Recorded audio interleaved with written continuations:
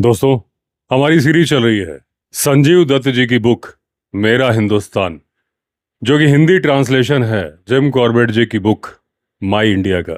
हमारी आज की कहानी का नाम है हिंदुस्तान का रॉबिन हुड, सुल्ताना। हिंदुस्तान जैसे लंबे चौड़े देश में, जिसके दूर दूर तक फैले जंगल हैं और जहां आने जाने के साधन खराब हैं, जिसकी लगातार बढ़ती आबादी हमेशा भुखमरी की कगार पर रही हो, तो यह अंदाजा लगाना मुश्किल नहीं कि लोग गुनाह की राह पर क्यों चल पड़ते हैं और सरकार मुजरिमों को पकड़ने में नाकामयाब क्यों रहती है। दूसरे देशों में तो सिर्फ अपराध ही होते हैं, लेकिन हिंदुस्तान में साधारण अपराधियों के अलावा ऐसी पूरी की पूरी जातियां हैं जो जरायम पेशा जातियों के तौर पर जानी जाती हैं, और उनके अपराधों पर रोक लगाने के लिए सरकार ने उनकी बस्तियां ही अलग से बसा दी हैं और उनके जुर्म की फितरत देखते हुए कम या ज्यादा सख्ती से निगाह रखी जाती है। पिछली जंग के दिनों में मुझे गांव में भी कुछ काम करने का मौका मिला। उन दिनों में जरायम पेशा लोगों की एक ऐसी बस्ती में कई बार गया। वहां रहने वाले लोगों पर सरकार की सख्ती मामूली सी थी। वहां के लोगों से और वहां काम करने वाले अफसरों से मेरी अक्सर मुलाकातें होती थी और कई मुद्दों पर लंबी बातचीत भी। इन लोगों के जुर्म की जिंदगी से दूर करने के लिए सरकार ने मेरठ जिले में जमुना के बाएं किनारे बढ़िया उपजाऊ जमीन दे रखी थी। इस जमीन में गन्ने, गेहूं, जौ और दूसरे अनाजों की भरपूर फसल होती थी, लेकिन जुर्म अपनी जगह कायम था। सरकार का कहना था कि गुनाह की जड़ में सिर्फ लड़कियां हैं।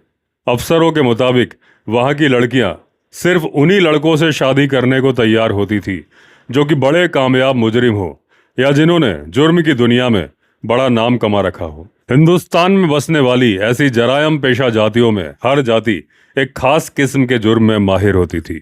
यहाँ मैं जिस जाति के बारे में आपको बात बता रहा हूँ वो डकैती में माहिर थी। इस जात के बूढ़े बुजुर्ग डकैती की बारीकियां नौजवानों को सिखाते थे और बदले में लूट के माल में हिस्सा पाते थे। इस बस्ती में रहने वाले आदमियों को यदि कहीं बाहर जाना होता था तो उन्हें अफसरों की लिखित इजाज़त लेनी पड़ती थी, जिसमें यह साफ साफ दर्ज होता था कि इजाज़त लेने वाला आदमी कितने दिन बस्ती से बाहर रहेगा। आदमियों को तो इजाज़त मिल भी जाती थी, लेकिन औरतों के बस्ती छोड़ने पर पूरी मनाही थी। बस्ती के बुजुर्गों ने अपने काम के 3 उसूल तय कर रखे थे। पहला, लूट का हर काम अकेले ही अंजाम दिया जाएगा। दूसरा, मौका वारदात बस्ती से जितना ज़्यादा मुमकिन हो दूर होना चाहिए। और तीसरा, जुर्म करते वक्त चाहे जो भी हो, मारपीट और खून खराबा बिल्कुल नहीं होना चाहिए। इस जात के नौजवानों का जरायम करने का एक खास तरीका था। ऐसे नौजवान कलकत्ता, बंबई या किसी दूसरे बड़े शहर में जाकर किसी अमीर आदमी के यहाँ पर घरेलू नौकर बन जाते थे और मौका मिलते ही हाथ साफ कर देते थे। हाथ की सफाई दिखाते वक्त वो ये ध्यान रखते थे कि वो सिर्फ ऐसा सामान चुराए जो कि कम जगह घेरे और जिसकी कीमत ज्यादा हो। इसलिए हीरे जवाहरात, सोना चांदी और नकदी उनकी पहली पसंद थे। एक दिन गन्ने के खेतों में तीतरों के शिकार के बाद मैं वहां के लड़कों को मेहनताना दे रहा था। गन्ने के खेत में छुपे तीतरों के शिकार के लिए हाका डालकर उन्होंने ये मेहनताना हासिल किया था। उनमें से एक लड़के के हाथ में अभी 8 आने हाके के लिए और 2 आने मेरी गोली का शिकार बने एक तीतर को दूर से उठाकर लाने के लिए मैंने ही रखे थे। मेरे पास खड़ा अफसर मेरे कान में फुसफुसाया, ये लड़का कुछ ही दिन पहले 30,000 रुपए की कीमत का हीरा चुरा कर लौटा है। बिरादरी के बुजुर्गों ने अपने तजुर्बे से हीरे की ये कीमत आकी थी। अब हीरा छिपा दिया गया था और बिरादरी की सबसे खूबसूरत लड़की ने हीरा चोर से शादी का वादा कर लिया था। अब शादियों के अगले मौसम में उनकी शादी होने वाली थी। मेरे बाजू में एक और लड़का खड़ा था। उसने तीतरों के हाके में हिस्सा तो नहीं लिया था, लेकिन वहीं खड़े खड़े सब देखता रहा था। इस लड़के ने अपनी माशूका पर अपना जलवा कायम करने के लिए बड़ा अनोखा तरीका ढूंढा था। बहुत ही ऊबड़ खाबड़ कच्चे रास्ते पर चमचमाती हुई नई मोटर कार दौड़ाते हुए वो एक दिन बस्ती पर आ पहुंचा था। ये कार उसने कलकत्ता में चुराई थी। अपने इस अनोखे तरीके पर अमल करने के लिए सबसे पहले उसने मोटर चलाना सीखा था। इसके लिए उसे अपनी जेब से नगद पैसा भी खर्च करना पड़ा था। इस बिरादरी में कुछ लोग ऐसे भी थे जिन पर सख्त निगरानी नहीं की जाती थी। ऐसे लोग आमतौर पर अपने लिए चौकीदारी का काम तलाश लेते थे। चोरी रोकने के लिए सिर्फ इतना ही काफी था कि चौकीदार अपने जूते उस घर के बाहर छोड़ देता था जहां उसकी ड्यूटी होती थी। जूतों की ये जोड़ी चोरी के खिलाफ चौकीदार की गारंटी के समान थी। ये एक किस्म का ब्लैकमेल ही था, मगर घटिया ब्लैकमेल। इन चौकीदारों को मिलने वाली तनख्वाह 3 से 5 रुपए के बीच में होती थी। तनख्वाह तो कम थी, मगर चौकीदार इतने में भी इसलिए खुश रहते थे कि उन्हें ज्यादा कुछ करना नहीं पड़ता था। रात को दरवाजे पर जूते रखे और सुबह हटा लिए। इस बिरादरी में तो खून खराबे से दूर रहने का उसूल था, लेकिन भांटू नाम की जाति को खून खराबे से कोई परहेज नहीं था। यूनाइटेड प्रोविंस में इस जाति पर सरकार की कड़ी निगाह रहती थी। सरकार को 3 साल तक जमकर छकाने वाला मशहूर डाकू सुल्ताना इसी भांटू बिरादरी का था। और अगले पन्नों पर जो आप कहानी सुनेंगे वो है सुल्ताना के बारे में। तराई भाबर के सबसे ज्यादा खुशहाल गांव में एक था गांव जिसका नाम था नया गांव। ये सब वो इलाका है जो हिमालय के पैरों में बिछा हुआ मालूम होता है। बेहतरीन जंगलों को काटकर तैयार की गई नई खेती की जमीन में हर इंच पर यहाँ बढ़िया फसल ली जाती थी। यहाँ बसने वाले करीब 100 परिवार पैसे से मजबूत थे, अपने काम से संतुष्ट थे और खुशियों से भरपूर थे। कुमाऊं के बेताज बादशाह यानी सर हेनरी रैमसे ने इन लोगों को हिमालय से लाकर यहाँ पर बसाया था और उनकी इस पीढ़ी में भी उनकी मेहनत कशी कायम थी, जिसकी वजह से उनकी खुशहाली बढ़ती जा रही थी। मलेरिया उन दिनों भाबर का बुखार भी कहा जाता था। इतने बड़े इलाके में डॉक्टर बहुत थोड़े से थे। लोगों की सेहतमंदी की जिम्मेदारी इन डॉक्टरों की थी, लेकिन अपनी जिम्मेदारी निभाने की ना तो काबिलियत उनके पास थी और ना ही साधन। मलेरिया को इसीलिए तराई का अभिशाप भी कहा जाता है। जंगलों के बीचों बीच बसा गांव नया गांव मलेरिया का शिकार होने वाले पहले गांवों में से एक था। एक के बाद एक खेत उजड़ते चले गए क्योंकि उन्हें जोतने वाले मलेरिया के शिकार हो गए थे। यहाँ पर आकर बसने वाले शुरुआती लोगों में ही जब मुट्ठी भर लोग ही जिंदा बचे तो उन्हें हमारे गांव में बसा दिया गया और नया गांव को वापस जंगल बनाने के लिए छोड़ दिया गया। सिर्फ एक बार किसी ने हिम्मत दिखाने की कोशिश की थी। वो आदमी था पंजाब से आए हुए एक डॉक्टर। अपने डॉक्टर होने की वजह से वो कुछ ज्यादा ही बेखौफ था। उसने फिर नया गांव में खेती शुरू करने की कोशिश की, लेकिन पहले उसकी बेटी, फिर उसकी बीवी और आखिर में खुद डॉक्टर जब मलेरिया का शिकार होकर मर गए तो फिर किसी ने वहां पर बसने की हिम्मत नहीं की। नया गांव फिर से जंगल में शामिल हो गया। बहुत मेहनत के साथ जिस जगह गन्ने, गेहूं, सरसों और धान की शानदार फसलें ली जाती थी, अब उन खेतों में ऊंची ऊंची घास उगाई थी। ये घास भी इतनी शानदार थी कि आसपास के मवेशी इसका लालच छोड़ नहीं पाते थे। हमारा गांव यहाँ से करीब 3 मील दूर था। उजड़े हुए खेतों में बना हुआ ये चारागाह जल्दी ही आसपास के सब मवेशियों की आदत में आ गया था।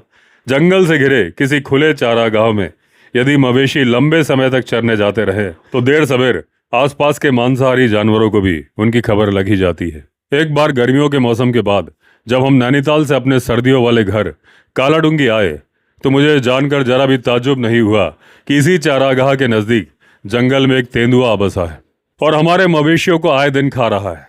घास के इस मैदान में कोई पेड़ नहीं था जिसके ऊपर मैं इस तेंदुए की घात में बैठ सकूं। इसलिए मैंने यह तय किया कि या तो मैं तेंदुए से सुबह के वक्त निपटूंगा जबकि वो पेट भरने के बाद दिन भर के लिए घने जंगल में लौट रहा होगा, या फिर शाम के वक्त जब वो वापस अपने शिकार का बचा हुआ हिस्सा खाने आ रहा होगा।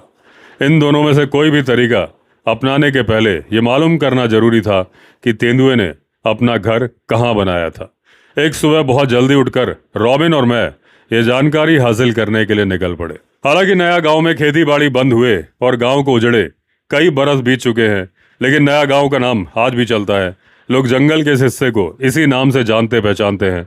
उत्तर की तरफ कंडी सड़क है और पूरब की तरफ पुरानी ट्रंक रोड। रेल लाइन बिछाने के पहले संयुक्त प्रांत के मैदानी इलाकों से कुमाऊं के भीतर तक पहुंचने का अकेला जरिया यही ट्रंक रोड थी। दक्षिण और पश्चिम की तरफ घने जंगल नया गांव की हदें तय करते थे। कंडी सड़क और ट्रंक रोड का इन दोनों बहुत थोड़ा इस्तेमाल होता था, ना के बराबर। इसलिए मैंने सोचा कि पहले इन सड़कों पर तेंदुए की तलाश करने की कोशिश करूं। दक्षिणी और पश्चिमी सिरों पर मौजूद घने जंगलों में तलाश करने के मुकाबले ये काम कहीं ज्यादा आसान था। जहां ये सड़कें जुड़ती थी वहां पर किसी जमाने में राहगीरों की हिफाजत के लिए पुलिस का एक सिपाही तैनात रहता था। इसी जगह पर रॉबिन और मैंने एक मादा तेंदुए के पैरों के निशान देखे। इस तेंदुए को रॉबिन और मैं खूब पहचानते थे।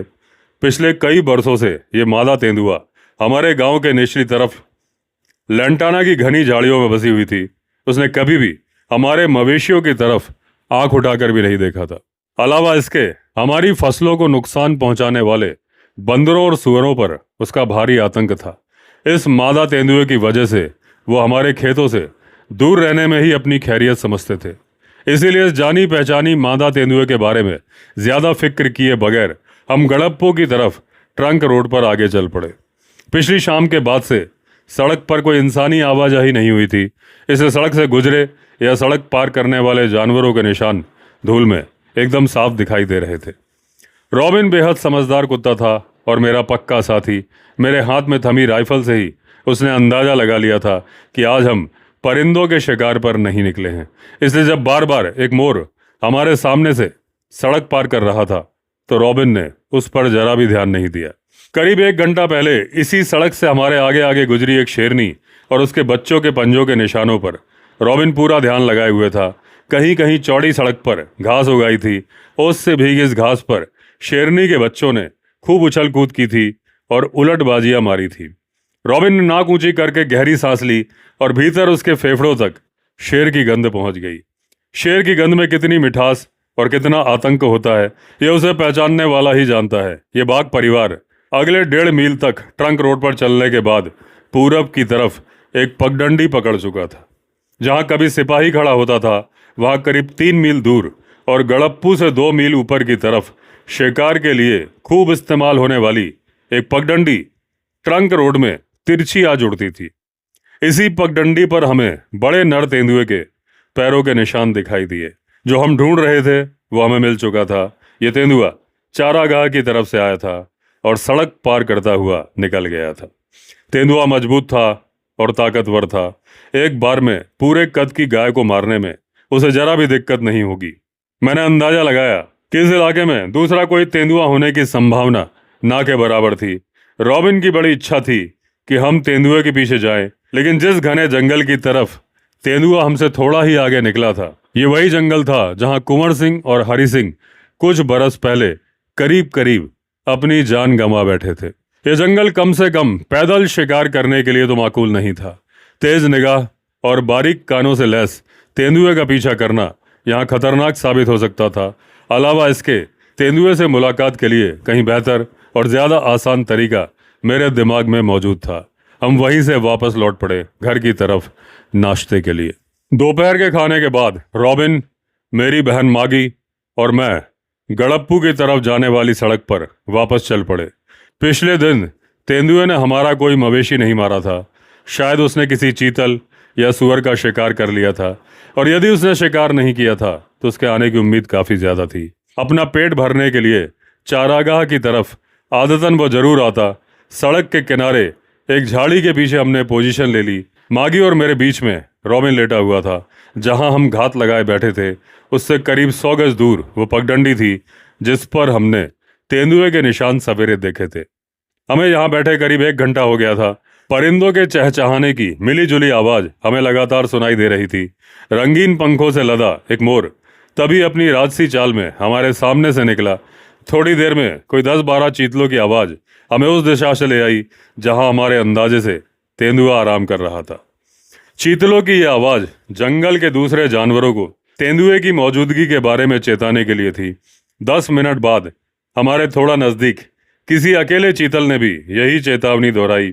अब तेंदुआ उठ खड़ा हुआ और हमारी तरफ आने लगा था। तेंदुए ने दबे छुपे चलने की कोई कोशिश नहीं की थी। वो पूरी शान से सबकी निगाह में आराम से चल रहा था। अपने पंजे सामने की तरफ पूरी लंबाई में फैलाए और उन पर अपनी ठुड्डी चिपकाए रॉबिन एकदम चुपचाप बगैर हिले डुले लेटा हुआ था और हमारे साथ जंगल में आ रही आवाजें सुनकर अंदाजा लगा रहा था कि बाकी जानवर क्या कह रहे हैं। जब रॉबिन ने मुझे अपनी बंदूक घुटने पर टिकाते हुए देखा तो उसके शरीर में कपकपाहट हुई। बंदूक मेरे दाएं घुटने पर थी और मेरा बायां पैर रॉबिन के शरीर से सटा हुआ था, और इसी वजह से मैं उसकी कपकपाहट महसूस कर पा रहा था। रॉबिन पूरे जंगल में किसी जानवर से इतना नहीं डरता था जितना कि इस धब्बेदार हत्यारे से। कुत्तों को तेंदुए से बहुत डर लगता है। रॉबिन को मालूम था कि अभी तेंदुए का भयानक चेहरा झाड़ियों के पीछे से नमूदार होगा और दाएं बाएं देखने के बाद तेंदुआ सड़क पर आ जाएगा। वो हमारी तरफ चल रहा होगा। तेंदुआ भले ही हम तक पहुंचने के पहले मेरी गोली का शिकार हो जाए या मेरी गोली खाकर दहाड़े, पर रॉबिन अपनी घबराहट के बावजूद चुपचाप बगैर हिले डुले बैठा रहेगा। रोमांच और डर से भरे इस खेल के हर पहलू से रॉबिन अच्छे से वाकिफ था। हमारे सामने से अपनी रास्ती चाल में गुजरता हुआ मोर पगडंडी पर थोड़ा आगे चलकर एक पेड़ पर ऊंचा जा बैठा था और वहां बैठकर रसीले फलों का मजा लेने लगा था। अचानक जोर से चीख मारता हुआ मोर अपनी टहनी से कूदा, कुछ दूर गिरे पड़े एक सूखे पेड़ पर आकर बैठ गया। मोर की चीख वही दोहरा रही थी जो कि चीतल ने अपनी चेतावनी में कहा था। अब से कुछ ही मिनटों में तेंदुआ बाहर आने वाला था। हद से हद 5 मिनट में। मैं उम्मीद कर ही रहा था कि तेंदुआ अब बहुत चौकसी के साथ निकलकर सड़क पर आएगा, लेकिन तभी मैंने आग की कोर से कुछ हलचल देखी। बजाय तेंदुए के एक आदमी नमूदार हुआ। वो भाग रहा था और रह रहकर पीछे मुड़कर देख रहा था। पीछे मुड़कर देखने से उसके भागने की रफ्तार धीमी पड़ जाती थी। सूरज डूब रहा था और इस वक्त यहाँ पर किसी इंसान का अकेले दिखना वाकई बहुत ज्यादा ताज्जुब की बात थी। इस आदमी का आगे बढ़ता हर कदम तेंदुए के शिकार की उम्मीद को मिटाता जा रहा था। बहरहाल कुछ किया नहीं जा सकता था। ये बात साफ थी कि यह आदमी किसी भारी दिक्कत में था और शायद मदद की जरूरत में भी था। अभी वो थोड़ी दूर पर था, लेकिन मैंने उसे पहचाना। यह आदमी हमारे पड़ोस के गांव में रहता था और गड़प्पू से 3 मील दूर मवेशियों के बाड़े में जानवरों की देखभाल करता था।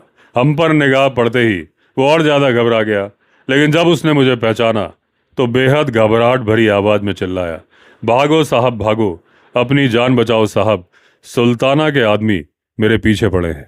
वो बुरी तरह से हाँफ रहा था और सदमे जैसी हालत में था। मैंने उसे बैठने के लिए कहा तो उसने कोई ध्यान नहीं दिया। अपना पाँव मुझे दिखाते हुए बोला, देखिए उन्होंने क्या कर डाला है मेरे साथ। यदि उन्होंने मुझे पकड़ लिया तो मुझे जिंदा नहीं छोड़ेंगे और आप यहाँ से भागे नहीं तो आप भी मारे जाओगे। उसके पाँव में घुटने के पीछे से लेकर एड़ी तक गहरी चोट लगी थी। मिट्टी से सना खून लगातार बह रहा था। मैंने उसे कहा, यदि यहाँ तुम बैठकर आराम नहीं भी करना चाहते तो कोई बात नहीं, लेकिन डर कर भागने की अब कोई ज़रूरत नहीं। ये कहते हुए मैं झाड़ियों से बाहर आ गया ताकि मुझे सड़क ठीक से दिखाई देने लगे। वो आदमी लंगड़ाते हुए अपने गांव की तरफ चला गया। ना तो मुझे तेंदुआ दिखा, ना ही सुल्ताना के आदमी। थोड़ी देर में रोशनी इतनी कम हो गई जिसमें सही निशाना लगाना मुश्किल था। हम वापस लौट पड़े।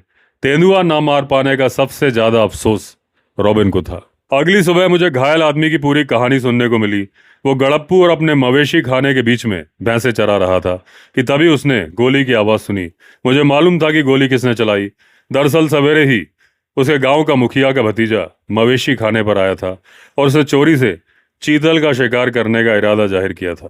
जब गोली चली तो यह चरवाहा एक पेड़ की छांव में आराम से बैठा हुआ यह अंदाजा लगा रहा था कि मुखिया के भतीजे की चलाई गोली कामयाब रही थी या नहीं। यदि चीतल मारा गया है तो उसके गोश्त का कुछ हिस्सा उसके हाथ लगेगा या नहीं। वो ये सोच ही रहा था कि पीछे उसे कुछ सरसराहट सी सुनाई दी। उसने गर्दन घुमाकर देखा तो खुद को 5 लोगों के बीच घिरा हुआ पाया।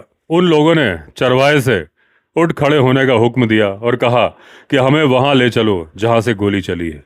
चरवाहे ने बताया कि मैं तो सो रहा था, मैंने गोली की आवाज़ नहीं सुनी। तो उन लोगों ने कहा तो फिर हमें मवेशी खाने ले चलो। जिसने भी गोली चलाई है वो लौटकर मवेशी खाने जरूर आएगा। इन लोगों के पास कोई बंदूकें पिस्तौलें नहीं थी, लेकिन जो आदमी इनका मुखिया दिखता था उसके हाथ में नंगी तलवार थी। तलवार वाले आदमी ने चरवाहे को धमकाया कि यदि उसने भागने या चिल्लाने की कोशिश की तो उसका सिर काट दिया जाएगा।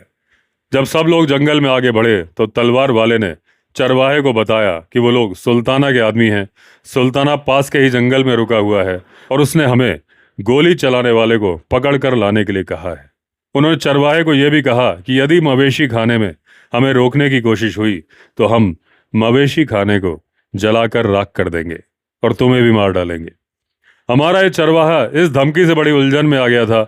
मवेशी खाने में उसके साथी कोई सीधे साधे लोग नहीं थे। ये तय था कि वो डाकुओं की खिलाफत करते और चरवाहा बेशक मारा जाता।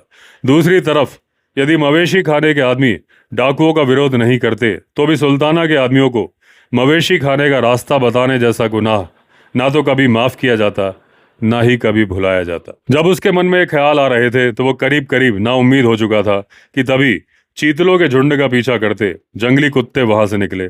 सुल्ताना के आदमी रुककर ये नजारा देखने लगे। चरवाहे को निकल भागने का ये माकूल मौका लगा। वो बाजू में लंबी उगी घास में कूद पड़ा और तेजी से भागा। तलवार वाले आदमी ने चरवाहे को दो टुकड़ों में काट देने वाले अंदाज में तलवार चलाई, लेकिन उसका निशाना ठीक नहीं बैठा और चरवाहा सिर्फ पांव में चोट खाकर भाग निकला। किसी तरह वो अपना पीछा करने वालों को चकमा देने में कामयाब रहा था और ट्रंक रोड पर आ पहुंचा था, जहां मैं तेंदुए की घात में बैठा था। सुल्ताना भाटू नाम की जरायम पेशा जाति से था। किसी जाति को जरायम पेशा करार देने की अच्छाई बुराई के फेर में पड़े बगैर या उस जाति को नजीबाबाद के किले में कैद रखने के बारे में कुछ कहे बगैर मैं सिर्फ ये कहना चाहूँगा कि अपनी जवान बीवी, छोटे बच्चे और सैकड़ों लोगों के साथ सुल्ताना नजीबाबाद किले में बंद था। इस कैदखाने की जिम्मेदारी साल्वेशन आर्मी के पास थी। कोई भी नौजवान अपनी जिंदगी इस तरह की कैद में खराब नहीं करना चाहेगा। लिहाजा तंग आकर एक रात सुल्ताना ने किले की मिट्टी की दीवार फांदी और जंगल के अंधेरों में खो गया। जहां से मेरी इस कहानी की शुरुआत होती है, उसे करीब 1 बरस पहले सुल्ताना की फरारी का वाकया हुआ था। इस 1 साल में सुल्ताना ने बंदूकों से लैस अपने करीब 100 आदमियों का गिरोह बना लिया था। इस भारी भरकम गिरोह ने पूरब में गोंडा से लेकर पश्चिम में सहारनपुर तक अपनी डकैती का साम्राज्य फैला रखा था।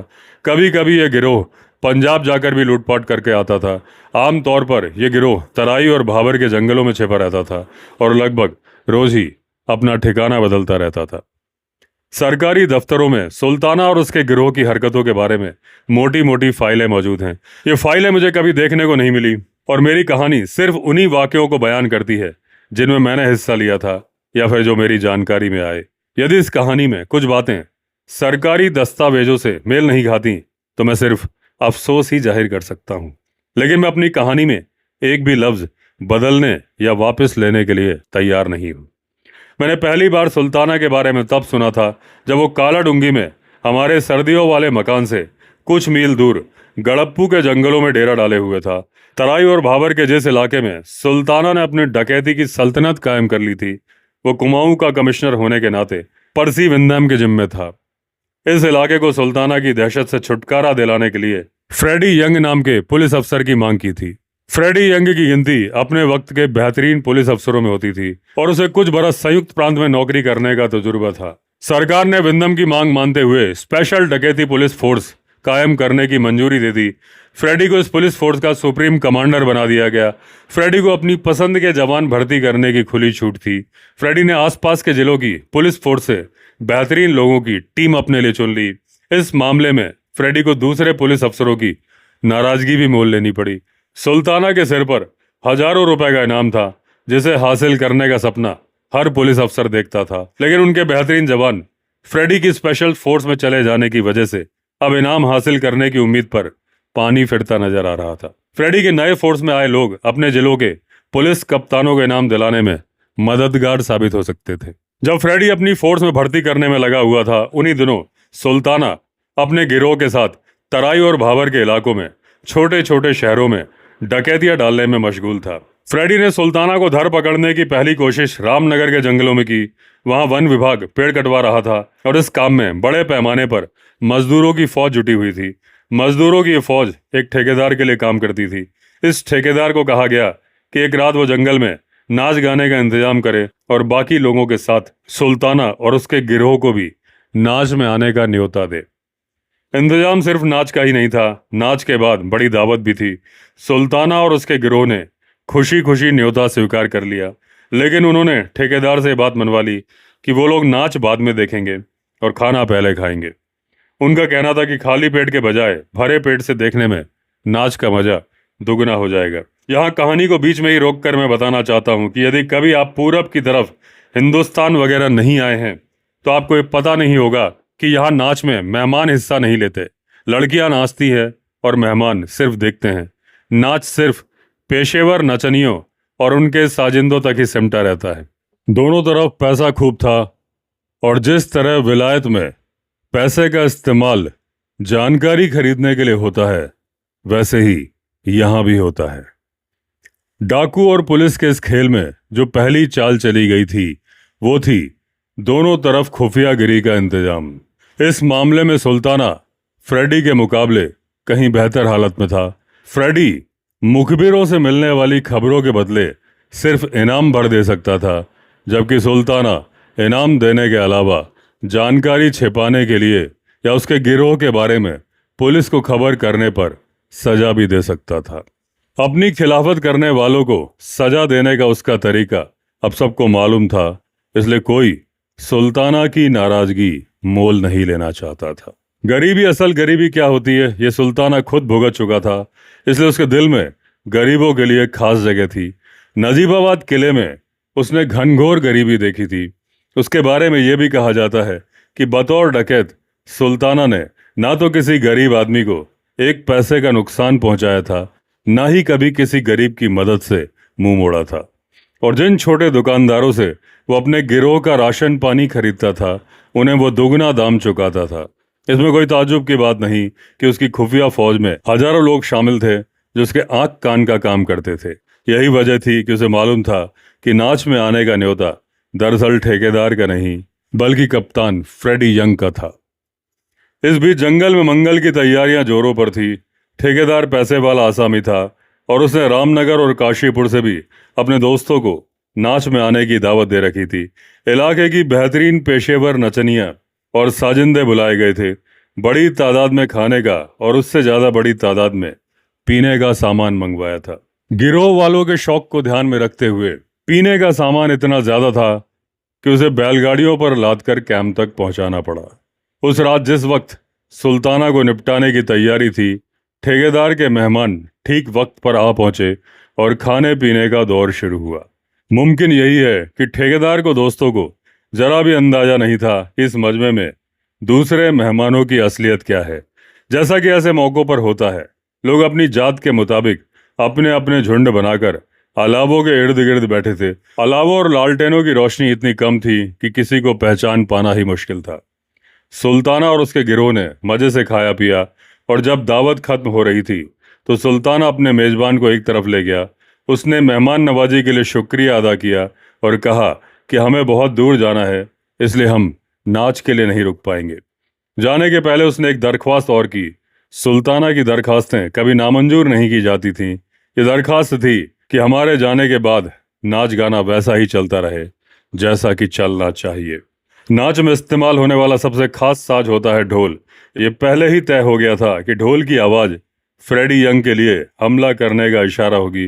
पुलिस वालों की एक टुकड़ी वहाँ के फॉरेस्ट गार्ड की कमान में थी। इस टुकड़ी का काम था हमले से बच निकलने वाले डकैतों का रास्ता रोकना, लेकिन ये टुकड़ी खुद अपना रास्ता भूल गई और रात भर जंगल में भटकती रही। दरअसल फॉरेस्ट गार्ड को गुम होने की तकलीफ उठाने की जरूरत नहीं थी, क्योंकि ढोल की आवाज़ का इशारा होने के काफ़ी पहले ही समझदारी का सबूत देते हुए सुल्ताना वहां से निकल पड़ा था। यह अलग बात है कि फॉरेस्ट गार्ड को उसी जंगल में सुल्ताना के साथ रहना था, इसीलिए उसने समझदारी दिखाई थी। आखिरकार जब यंग साहब की टुकड़ियां हमले के लिए दावत की जगह पर पहुंची तो वहां उनका सामना बेहद डरी हुई नचनियों और उनसे ज्यादा डरे हुए साजिंदों से हुआ। ठेकेदार के दोस्तों को तो कुछ भी समझ में नहीं आ रहा था। रामनगर के जंगलों से बच निकलने के बाद सुल्ताना ने पंजाब में कुछ डकैतियां डाली। पंजाब में सुल्ताना ज्यादा नहीं रुका। कुछ लाख रुपए के जेवरात लूटने के बाद वो जल्दी ही वापस यूनाइटेड प्रोविंस लौट आया, क्योंकि पंजाब में जंगल नहीं थे और बगैर जंगलों वाले मैदानी इलाके में सुल्ताना ऐसे महसूस कर रहा था जैसा मछली पानी के बाहर महसूस करती है। पंजाब से लौटते में सुल्ताना को गंगा नहर पार करनी थी। पुलिस को यह मालूम था। हर 4 मील पर पुल बने हुए थे और हर पुल पर पुलिस का सख्त पहरा था। सुल्ताना ने नहर पार करने के लिए एक ऐसा पुल चुना जिस पर उसके मुखबिरों के मुताबिक पहरा नहीं था। जब सुल्ताना पुल के उस पार पहुंचा तो वहां उसे शहनाई और ढोलक की आवाज़ सुनाई दी। सुल्ताना के मुखबिर ने बताया कि नज़दीक के ही गांव में एक पैसे वाले आदमी के बेटे की शादी हो रही है। सुल्ताना ने मुखबिर से कहा, हमें उस गांव ले चलो। बाराती और दूसरे मेहमान गांव के बीच एक बड़े से मैदान में इकट्ठे थे। वहां लगी तेज रोशनियों में सुल्ताना को लोगों ने तुरंत पहचाना और लोगों में हलचल सी हुई। सुल्ताना ने लोगों से आराम से बैठे रहने को कहा और बोला, यदि आप लोग वही करेंगे जो मैं कह रहा हूं तो आपको डरने की जरूरत नहीं। सुल्ताना ने गांव के मुखिया और लड़के के बाप को बुलवा भेजा। जब वो दोनों आए तो सुल्ताना ने उनसे कहा कि ये तोहफे लेने और देने का मौका है। गांव के मुखिया से उसने तोहफे के तौर पर मुखिया की नई नई खरीदी बंदूक मांगी और अपने आदमियों के लिए तोहफे में 10,000 रुपये नगद। दोनों तोहफे करीब करीब तुरंत ही सुल्ताना को नजर कर दिए गए। वहां मौजूद तमाम बारातियों और मेहमानों को नमस्ते बोलकर सुल्ताना चल दिया। लेकिन अगले दिन तक सुल्ताना को पता नहीं था कि उसका दायां हाथ, जिसका नाम पहलवान था, दुल्हन को ही अगवा कर लाया था। सुल्ताना के गिरोह में यह उसूल सख्ती से लागू था कि कोई किसी औरत के साथ बदतमीजी से पेश नहीं आएगा। लिहाजा सुल्ताना ने पहलवान की खूब खिंचाई की, उसे डांटा फटकारा और पूरी इज्जत के साथ दुल्हन को वापस घर भिजवाया। दुल्हन उठा लाने की जो नालायकी सुल्ताना के आदमियों ने की थी, उसके एवज में सुल्ताना ने ढेर सारे तोहफे भी दुल्हन के साथ भेज दिए। चरवाहे को घायल करने के कुछ दिनों बाद तक सुल्ताना हमारे इलाके में रहा। वो बार बार डेरा बदल लेता था। शिकार पर जाते वक्त कई बार मैंने ऐसी जगह देखी जहां सुल्ताना का डेरा होने के निशान थे। ऐसे ही एक बार बड़ा रोमांचक अनुभव हुआ। उस शाम हमारे घर से 5 मील दूर फायर ट्रैक पर मैंने एक शानदार तेंदुए का शिकार किया था। शाम तेजी से ढल रही थी और इतना वक्त नहीं था कि तेंदुए को उठवाकर भिजवा पाता, इसलिए मैंने वहीं पर उसकी खाल उतार ली। खाल लेकर मैं घर आ गया। तभी मुझे ध्यान आया कि मेरा पसंदीदा शिकारी चाकू तो वहीं छूट गया है। अगले दिन बड़े सवेरे ही मैं चाकू ढूंढने चल पड़ा। जहां मुझसे चाकू छूटा था, वहां पहुंचने पर मुझे कुछ दूरी पर आग की रोशनी दिखाई दी। इलाके में सुल्ताना की मौजूदगी की खबरें पिछले कुछ दिनों से सुनने को मिल रही थी। मैंने उसी पल तय किया कि मैं वहां पर जाकर देखूंगा कि आग किसने जलाई है। पिछली रात भारी ओस गिरी थी और जमीन पर पड़ी पत्तियां एकदम गीली थी, इसलिए मेरे चलने से कोई आवाज नहीं हुई। पेड़ों और झाड़ियों की ओट लेकर एकदम दबे पांव में वहां जा पहुंचा जहां एक खोनुमा जगह में आग जल रही थी और उसके चारों तरफ 20-25 लोग बैठे थे। नजदीकी एक पेड़ के तने के सहारे सीधी खड़ी बंदूकों की नालें आग की रोशनी में चमक रही थी। इन लोगों में सुल्ताना मौजूद नहीं था। हालांकि मैंने सुल्ताना को तब तक देखा नहीं था, लेकिन उसका हुलिया मैं कई बार सुन चुका था। सुल्ताना काले रंग का दुबला पतला नौजवान था और हमेशा फौजियों जैसी खाकी वर्दी पहने रहता था। जाहिरा तौर पर ये लोग सुल्ताना के गिरोह के थे, लेकिन फिलहाल सवाल ये था कि मैं उनका क्या बिगाड़ लेता। हमारे इलाके के बूढ़े हेड साहब और उन्हीं की उम्र के कुल जमा 2 कांस्टेबल वाली उनकी कुमुख कालाडूंगी में थी। ये 3 पुलिस वाले यहाँ होते तो भी क्या कर लेते। हल्द्वानी में पुलिस फोर्स का काफी जमाव था, लेकिन हल्द्वानी 15 मील दूर था।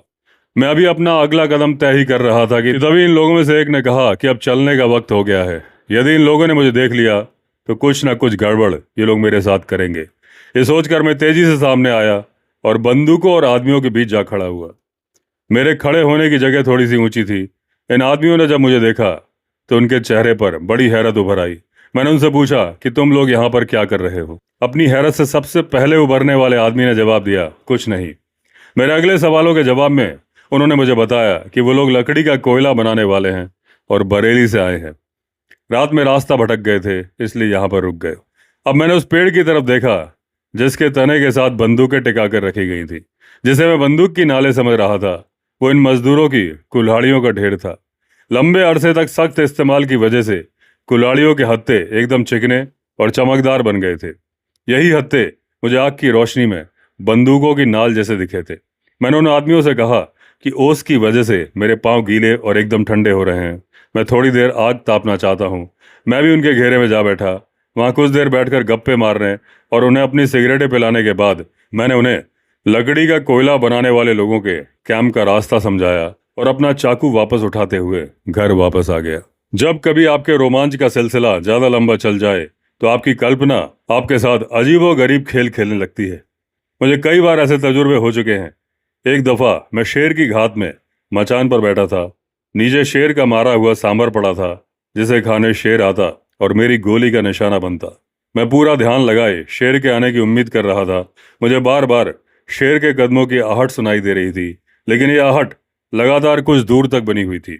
यह आवाज सुनकर जब मेरा तनाव बर्दाश्त के बाहर हो गया और मैंने पलट कर देखा तो पाया एक नन्ही सी इल्ली मेरे कान के पास लटक रही है। एक पत्ती को पूरी लगन से कुतरने में जुटी हुई है। उसी शाम जब अंधेरा घिरना शुरू हुआ और सांभर खाने के लिए शेर के लौटने का वक्त हुआ, तब मैं एकदम चौकस बैठा था। इतने में मुझे अपनी आंख की कोर से एक बड़ा सा जानवर आते हुए दिखाई दिया। मैंने एकदम अपनी बंदूक सीधी की। मेरी उंगलियां बंदूक पर मजबूती से कस गई और मैं फायर करने को पूरी तरह से तैयार ही था कि अपने से कुछ इंच दूर पतली सी सूखी टहनी पर चलता हुआ चींटा मुझे दिखाई दिया। एक बार फिर मुझे धोखा हुआ था। सुल्ताना को लेकर मेरे मन में आ रहे ख्यालों ने कुल्हाड़ी के हत्थों को बंदूकों की नाल के बतौर देखने को मुझे मजबूर कर दिया था। यदि वो आदमी अपने बारे में तसल्ली नहीं दे पाते कि वो कोई और नहीं बल्कि लकड़ी का कोयला बनाने वाले लोग हैं, तो शायद मैं पेड़ से टिकी कुल्हाड़ियों की तरफ दूसरी नजर डालता भी नहीं और उन्हें बंदूक माने रहता। बंदूकें जिनकी नालें आग की रोशनी में चमक रही थी। अपनी कारगर हिकमत अली और आने जाने वालों के बेहतर इंतजामों की वजह से सुल्ताना पर दबाव डालने में फ्रेडी यंग को कामयाबी मिलनी शुरू हो रही थी। इस दबाव से बचने के लिए सुल्ताना अपने गिरोह के साथ पूर्वी सरहद पर बसे पीलीभीत के इलाके में चला गया था। अब तक सुल्ताना का गिरोह काफी छोटा हो गया था। उसके बहुत सारे साथी गिरोह छोड़कर चले गए थे और कुछ पुलिस के हत्थे चढ़ गए थे। पीलीभीत के इलाके में सुल्ताना कुछ महीने रहा और वहां रहते हुए दूर दूर यहाँ तक कि गोरखपुर में भी डकैतियां डालकर सोना लूटता रहा। जब सुल्ताना ने वापस हमारे इलाके के जंगलों में डेरा डाला तो उसे मालूम चला कि रामपुर रियासत की रहने वाली एक बेहद अमीर तवायफ इन दिनों लामाचूर के मुखिया के घर पर ठहरी हुई है। लामाचूर मेरे घर से 7 मील दूर था। लूटपाट का खतरा भांपते हुए मुखिया ने अपने घर पर 30 आदमी तैनात कर रखे थे। इन आदमियों के पास हथियार नहीं थे। सुल्ताना ने मुखिया के घर पर धावा बोला और इसके पहले कि गिरोह मकान की घेराबंदी कर पाता, वो तवायफ मैं अपने सारे गहनों के पिछले दरवाजे से रफू चक्कर हो गई। मुखिया और उसके आदमियों को सुल्ताना के आदमी घेर घार कर आंगन में ले आए और सबसे पूछा कि वो नाचने वाली कहाँ है। जब इन लोगों ने कहा कि हमें मालूम नहीं, तो उनकी याददाश्त ताजा करने के लिए सुल्ताना ने सबकी पिटाई लगाने का हुक्म जारी कर दिया। सुल्ताना के इस हुक्म पर मुखिया के एक आदमी ने एतराज किया। उसने सुल्ताना से कहा, तुम जो जी चाहे हमारे साथ कर लो, मगर हमारे मुखिया को इस तरह बेइज्जत करने का तुम्हें कोई हक नहीं है। बहादुरी दिखाने वाले इस आदमी को अपना मुंह बंद रखने का हुक्म दिया गया, लेकिन जैसे ही रस्सी का टुकड़ा लिए एक डकैत मुखिया की तरफ बढ़ा, ये बेखौफ इंसान एक बांस लिए उस डकैत पर पेल पड़ा। एक दूसरे डकैत ने उस पर गोली चलाई जो उसके सीने में लगी और वो वहीं ढेर हो गया। गिरोह वालों ने सोचा कि बंदूक की आवाज दूर तक गई होगी और आसपास के गांव वालों के हथियारबंद लोग यहाँ पर आ सकते हैं। ये सोचकर वो तेजी से वहां से चल दिए। जाते जाते मुखिया का नया घोड़ा भी साथ ले गए। अगली सुबह मुझे इस निपट निडर इंसान के मारे जाने की खबर मिली तो मैंने अपना एक आदमी लामाचूर भेजा, ये पता करने के लिए कि मरने वाले के परिवार में कौन कौन है। एक दूसरा आदमी मैंने आसपास के गांव में एक खुला संदेशा लेकर भेजा, क्या वहां के लोग डकैतों के शिकार इस बहादुर आदमी के परिवार की मदद करना चाहेंगे। जैसे कि मुझे उम्मीद थी, मेरी अपील को काफी गर्मजोशी से लिया गया और सबने दिल खोलकर मदद करने का वादा किया। गरीब लोग हमेशा ही दिल से बहुत अमीर होते हैं, लेकिन आखिरकार इसकी जरूरत ही नहीं पड़ी, क्योंकि आदमी कोई 20 बरस पहले नेपाल से आया था। ना तो उसके दोस्तों से, ना ही नेपाल में मेरी पूछताछ से पता लग पाया कि इस आदमी के बीवी बच्चे थे या नहीं। इस वाकये के बाद जब मुझे फ्रेडी यंग ने सुल्ताना को धर पकड़ने में मुझसे हाथ बटाने को कहा तो मैं तैयार हो गया। 1 महीने बाद हरिद्वार में फ्रेडी के दफ्तर में मैंने अपनी आमद दर्ज कराई।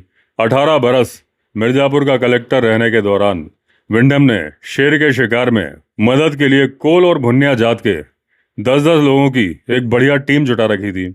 मिर्जापुर के जंगलों में बसने वाली इन जातियों को जंगल की बड़ी समझ होती है। इसी टीम में से 4 बेहतरीन लोग अब विंडम ने फ्रेडी की मदद के लिए दे दिए थे। ये चारों मेरे पुराने दोस्त थे और जब मैं हरिद्वार पहुंचा तो मैंने उन्हें अपना इंतजार करते हुए पाया। फ्रेडी ने इन चारों और मेरे लिए जो काम सोच रखा था वो ये था कि हम सुल्ताना के डेरे का पता लगाएंगे और फ्रेडी की फोर्स को जंगल में ऐसी जगह तक ले जाएंगे जहां से आसानी से सुल्ताना के गिरोह पर हल्ला बोला जा सके। ये दोनों काम, जैसा कि आप समझ ही सकते हैं, रात को ही किए जा सकते थे। सुल्ताना बेचैन था, या तो वो वैसे ही फिक्रमंद था या फिर फ्रेडी के मंसूबे की भनक उसे लग गई थी। बहरहाल वो किसी जगह 1 दिन से ज्यादा रुकता नहीं था और रात भर में वो लंबी दूरियां तय करके अपने गिरोह के साथ डेरा बदलता रहता था। गर्मी बहुत ज्यादा थी और हम लोग कुछ ना करने की बोरियत से बेहद थके थके महसूस कर रहे थे। आखिर तंग आकर अपने इन चारों दोस्तों के साथ मैंने युद्ध मंत्रणा कर डाली। उस रात खाने के बाद फ्रेडी बरामदे के थोड़े ठंडे वाले हिस्से में आराम से बैठा था। वहां हमारी बात किसी और के कानों में पड़ने का कोई खतरा नहीं था। मैंने फ्रेडी को यह पेशकश की। फ्रेडी को यह खबर फैलानी थी कि विंडम ने शेर के शिकार के लिए अपने इन 4 आदमियों को वापस बुला लिया है और ये भी कि मुझे भी इस शिकार पर आने की दावत मिली है। ये कि हल्द्वानी जाने के लिए हमारी टिकट खरीदी जाए और हमें हरिद्वार स्टेशन पर हल्द्वानी जाने वाली रात की गाड़ी में विदा कर दिया जाए। आगे की पेशकश ये थी कि अगले स्टेशन पर गाड़ी रुकते ही ये 4 आदमी फ्रेडी की दी हुई बंदूकें लिए और मैं अपनी राइफल लिए चुपके से उतर जाता। इसके बाद हमें खुली छूट चाहिए थी सुल्ताना को लाने की, जिंदा या मुर्दा। पेशकश सुनने के बाद फ्रेडी बड़ी देर तक आंख बंद किए बैठा रहा। फ्रेडी का वजन 20 स्टोन और 4 पाउंड था। जिम कॉर्बेट ने हर जगह नाप तौल के अंग्रेजी पैमानों का इस्तेमाल किया है। वैसे एक स्टोन में 6.35 किलोग्राम होते हैं और 2.2 पाउंड 1 किलो के बराबर होते हैं। उसे खाने के बाद झपकी लेने की आदत थी, लेकिन इस वक्त वो सो नहीं रहा था। वो एकदम सीधा होकर बैठा और फैसला भरी आवाज में मुझसे बोला, नहीं, तुम लोगों की जान की हिफाजत मेरी जिम्मेदारी है। पागलपन भरे तुम्हारे इस फितूर को मैं मंजूर नहीं कर सकता। फ्रेडी के साथ बहस करने का वैसे भी कोई मतलब नहीं था, लिहाजा चारों आदमी और मैं अगली सुबह अपने अपने घरों के लिए रवाना हो गए। फ्रेडी को पेशकश करके मैंने गलती की थी और उसे नामंजूर करने में फ्रेडी एकदम सही था। चारों आदमियों की और मेरी कोई सरकारी हैसियत नहीं थी। सुल्ताना को पकड़ने की हमारी कोशिशों से कोई बवाल उठ खड़ा होता तो किसी भी निगाह से हमारे इस काम को सही नहीं ठहराया जा सकता था। 3 महीने बाद जब मानसून पूरे जोरों पर था, फ्रेडी ने जंगलात महकमे के हर्बर्ट, तराई और भाबर के सुपरिटेंडेंट फ्रेड एंडरसन और मुझे हरिद्वार बुलाया। वहां पहुंचने पर हमें मालूम चला कि फ्रेडी ने नजीबाबाद के जंगलों में सुल्ताना के पक्के अड्डे का पता लगा लिया था और वहां घेरा डालने के काम में, यदि सुल्ताना भाग निकलने की कोशिश करे तो उसे रोकने के काम में उसे हमारी मदद की जरूरत थी। हर्बर्ट पोलो का एक जाना माना खिलाड़ी था। उसकी कमान में 50 घुड़सवारों की एक टुकड़ी सुल्ताना को भाग निकलने से रोकने के लिए तैनात होनी थी और हर्बर्ट और मुझे सुल्ताना के अड्डे को घेरने में फ्रेडी की मदद करनी थी। उस वक्त तक सुल्ताना के जासूसी अमले की काबिलियत के बारे में फ्रेडी को कोई शक शुबा नहीं बचा था। फ्रेडी के 2 मददगारों को छोड़कर हम तीनों के अलावा किसी को छापे की योजना की खबर नहीं थी। पूरी तरह हथियारों से लैस पुलिस फोर्स को हर शाम रूट मार्च पर भेजा जाता था और हम 4, फ्रेडी, हर्बर्ट, फ्रेड और मैं, उतनी ही दूर पैदल घूम के अंधेरा होने के बाद डैम बंगले पर लौटते थे जहां हम ठहरे हुए थे। उस रात हमारे जवान रोज की तरह रूट मार्च पर निकले और आज रेलवे क्रॉसिंग पार करने की बजाय सीधे रेल पटरी के किनारे किनारे चलते हुए वो हरिद्वार स्टेशन के माल गोदाम की तरफ निकल गए, जहां साइडिंग में एक मालगाड़ी मैं इंजन और ब्रेक वैन के मौजूद थी। स्टेशन की बिल्डिंग के उल्टी तरफ मालगाड़ी के डिब्बों के दरवाजे खुले हुए थे। जब हम लोग वहां पहुंचे तो मालगाड़ी का आखिरी दरवाजा बंद हो रहा था और जैसे ही हम एक डिब्बे में सवार हुए, बगैर सीटी बजाए मालगाड़ी छुक छुक करती चल पड़ी। किसी को शक ना हो, इसकी हमने पूरी कोशिश की थी। पुलिस लाइन में जवानों के लिए खाना वैसे ही पका था जैसे रोज पकता था। खाने के टेबल वैसे ही लगा दिए गए थे जैसे रोज लगते थे। हम अंधेरा होने के 1 घंटे बाद चले थे। रात के ठीक 9 बजे मालगाड़ी घने जंगल में 2 स्टेशनों के बीच रुक गई।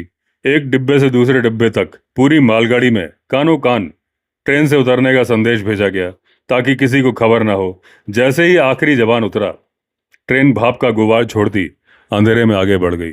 फ्रेडी की फोर्स के 300 जवानों में से 50 हर्बर्ट की कमान में पिछली रात ही रवाना कर दिए गए थे। इन लोगों को कह दिया गया था कि जितना मुमकिन हो उतना घूमकर वहां पहुंचे ताकि किसी को शक न हो। वहां उनके घोड़े पहले ही पहुंचा दिए गए थे। हर्बर्ट ने फ्रांस की जमीन पर हिंदुस्तानी घुड़सवारों के साथ पहली बड़ी जंग में हिस्सा लिया था। हमारे 250 जवानों की टुकड़ी ने फ्रेडी और एंडरसन के बीच 20 मील का सफर शुरू किया। मैं टुकड़ी के पीछे था। दिन भर से घुमड़ रहे भारी बादल अब इकट्ठे होकर कयामत की तरह बरस रहे थे। पहले हम उत्तर की तरफ 1 मील चले, फिर पूरब की तरफ 2 मील, दोबारा हम उत्तर की तरफ 1 मील बढ़े और पश्चिम की तरफ 2 मील। आखिरकार उत्तर की दिशा में आगे बढ़ने लगे। मुझे मालूम था हर गांव में तैनात सुल्ताना के जर खरीद जासूसों की निगाह से बचने के लिए हम बार बार दिशा बदल रहे थे। मैं यही बताना चाहूंगा, ये सब काम इतनी होशियारी से अंजाम दिया गया था कि गांव के परिया कुत्तों तक ने आवाज नहीं की। गांव के देसी कुत्ते दुनिया के बढ़िया से बढ़िया कुत्तों से भी ज्यादा बेहतर चौकीदार साबित होते हैं। बरसाती कीचड़ में 250 जवानों के पांव से बने गड्ढों में तेज बरसात के दौरान बामुश्किल खलबत करते करते ही कदम आगे बढ़ा पा रहे थे। मीलों तक हम हाथी घास में चले। घास की ऊंचाई मेरे सर से भी ऊपर निकल रही थी। गीली जमीन पर चलने में अपना संतुलन बनाए रखना मेरे लिए बड़ा मुश्किल होता जा रहा था, क्योंकि एक हाथ से मैंने अपनी आंखों पर ओट कर रखी थी। ओट करना इसलिए जरूरी था कि हाथी घास के कड़े सिरे उस्तरे जैसे धारदार और नुकीले थे। मैं हमेशा से फ्रेडी के 20 स्टोन 4 पाउंड वाले शरीर में भरी ताकत की तारीफ तो करता रहा हूँ, लेकिन उस रात को मैं फ्रेडी का कायल हो गया। ये सच है कि वो मेरे मुकाबले थोड़ी बेहतर जमीन पर चल रहा था, जबकि मैं कीचड़ में था, लेकिन फिर भी उसने मुझसे 9 स्टोन ज्यादा वजन के बावजूद फ्रेडी की फुर्ती देखने काबिल थी। पूरे सफर में एक बार भी फ्रेडी दम भरने को रुका नहीं। हम लोग रात के 9 बजे चले थे। अगली सुबह के 2 बज रहे थे। मैंने फ्रेडी को कानों कान संदेशा भिजवा कर पूछा कि क्या हम सही दिशा में चल रहे हैं। मैंने संदेशा इसलिए भेजा था क्योंकि पिछले 1 घंटे से हम उत्तर दिशा छोड़कर पूरब की तरफ बढ़ रहे थे, जबकि जाना हमें उत्तर की तरफ ही था। काफी देर बाद एक एक जवान से मुंह और कान से होता हुआ फ्रेडी का जवाब मेरे पास आया। कप्तान साहब बोलते हैं कि सब ठीक है। कीचड़ में कहीं पेड़ वाले तो कहीं झाड़ी वाले जंगलों, कभी ऊंची घास में 2 घंटे भटकने के बाद मैंने फ्रेडी को दूसरा संदेशा भेजा। मैंने उसे कहलवाया कि वो जवानों की लाइन को रुकवा दे, ताकि लाइन के अगले सिरे पर पहुंचकर मैं उससे बात कर सकूं। लाइन के पिछले सिरे से आगे की तरफ जब मैं बढ़ा तो हर जवान के चेहरे पर निगाह डालता गया। वो सब एकदम खामोश थे, क्योंकि पहले ही उन्हें बता दिया गया था कि वो बोलेंगे नहीं। सबके चेहरे पर थकान पुती हुई थी। फ्रेडी और एंडरसन लाइन के अगले सिरे पर मौजूद थे। उनके साथ उनके 4 रहनुमा रास्ता बताने वाले भी थे। फ्रेडी ने मुझसे पूछा कि क्या कुछ गड़बड़ हो गया। मुझे मालूम था कि वो जवानों के बारे में पूछ रहा है। मैंने उसे बताया कि जवान तो ठीक हैं, लेकिन बाकी सब कुछ एकदम गड़बड़ हो गया है। हम लोग पिछले कई घंटों से सिर्फ गोल गोल घूम रहे हैं। जंगलों में अपनी जिंदगी का बड़ा हिस्सा बिताने की वजह से मुझे मालूम था कि जंगल में भटक जाना कितना आसान है। मैंने अपने तजुर्बे से ऐसी दिशा ज्ञान हासिल कर लिया था कि जो रात में भी उतना ही कारगर था जितना कि दिन में। जब हम 2 घंटे पहले उत्तर से पूरब की तरफ मुड़े थे, तब भी मुझे दिशा बदलने के अंदाजा उतनी ही साफ तौर पर हुआ था जितना ये पैदल यात्रा शुरू करते वक्त जब हमने पहली बार दिशा बदली थी। घंटे भर पहले ही हम एक सेमल के पेड़ के नीचे से गुजरे थे। इस पेड़ की पहचान ये थी कि इस पेड़ पर एक गिद्ध का घोंसला था। जब मैंने फ्रेडी को रोकने का संदेशा भिजवाया तो फिर हम लोग एक बार इसी पेड़ के नीचे थे। फ्रेडी के 4 गाइडों में 2 सुल्ताना के गिरोह के भांटू थे। कुछ दिन पहले वो हरिद्वार के बाजार में पुलिस के हत्थे चढ़ गए थे। सुल्ताना के अड्डे पर मारा जा रहा ये छापा उन दोनों में से उगलवाई गई जानकारी का ही नतीजा था। ये दोनों आदमी पिछले 2 बरस से सुल्ताना के अड्डे पर वक्त वक्त पर रह चुके थे। आज रात का काम होने के एवज में उन्हें आज़ादी का वादा किया गया था। बाकी 2 आदमी मवेशी पालने वाले थे, जिनकी पूरी जिंदगी इन्हीं जंगलों में मवेशी चराते हुए बीती थी। ये दोनों सुल्ताना को रोजाना दूध पहुंचाया करते थे। ये चारों आदमी अपनी जिद पर अड़े थे कि वे रास्ता नहीं भूले हैं, लेकिन जब उनसे और ज्यादा पूछताछ की गई तो थोड़ा हिचकते हुए उन्होंने कबूल किया कि जिस दिशा में फोर्स को वे लेकर जा रहे हैं, उस दिशा में यदि उन्हें पहाड़ियां दिख जाएं तो उन्हें बेहद खुशी होगी। रात का अंधेरा, तिस पर घनी धुंध, ऐसे में कोई 30 मील दूर पहाड़ियां दिख पाना नामुमकिन ही था। अब हम अपनी बिछाई शतरंज की बिसात के एक ऐसे खाने में आ फंसे थे जिसकी वजह से फ्रेडी की बड़ी होशियारी से जमाए सारे मोहरे पिट सकते थे। ज्यादा खराब बात तो यह थी कि इससे सुल्ताना को मौका मिलता हम लोगों पर हंसने का। हमारा इरादा सुल्ताना के अड्डे पर अचानक छापा मारकर उसे चौंका देने का था, लेकिन इस इरादे को पूरा करने के लिए जरूरी था कि हम अंधेरा रहते ही अड्डे के इतने नजदीक पहुंच जाए कि जहां से हमला बोला जा सके। हमारे रास्ता बताने वालों ने हमें बता रखा था कि दिन के वक्त सुल्ताना के चौकीदारों के निगाह में आए बगैर अड्डे तक पहुंच पाना मुश्किल ही नहीं, नामुमकिन है। उन्होंने हमें बताया था कि सुल्ताना के अड्डे के दक्षिण में घास की चौड़ी सी पट्टी के सिरे पर एक ऊंचे पेड़ पर बंधे मचान पर सुल्ताना के 2 चौकीदार 24 घंटे मौजूद रहते हैं। हमारे गाइड अब ये खुलकर मान रहे थे कि वो रास्ता भूल गए हैं। अब सिर्फ 1 घंटा भर अंधेरा बाकी था, और सबसे खराब बात यह थी कि हमें जरा भी अंदाजा नहीं था कि हम सुल्ताना के अड्डे से कितनी दूर हैं। ऐसे में बीत रहे हर मिनट के साथ सुल्ताना पर चौंकाने वाला हल्ला बोलने की हमारी उम्मीद घटती जा रही थी। लेकिन तभी उस उलझन से निकलने का एक रास्ता मुझे सूझा। इन चारों से मैंने पूछा कि जिस दिशा में हमें असल में जाना है वहां की कोई खासियत, कोई पहचान या निशान, जैसे कि कोई नाला या मवेशियों का रास्ता उन्हें याद पड़ता है क्या? तो उन्होंने मुझे बताया कि उस दिशा में बैलगाड़ियों का रास्ता है जिसे वो पहचानते हैं। अब फ्रेडी से पूछकर फोर्स के आगे चलने की जिम्मेदारी मैंने ले ली। मैं तेजी से चल पड़ा।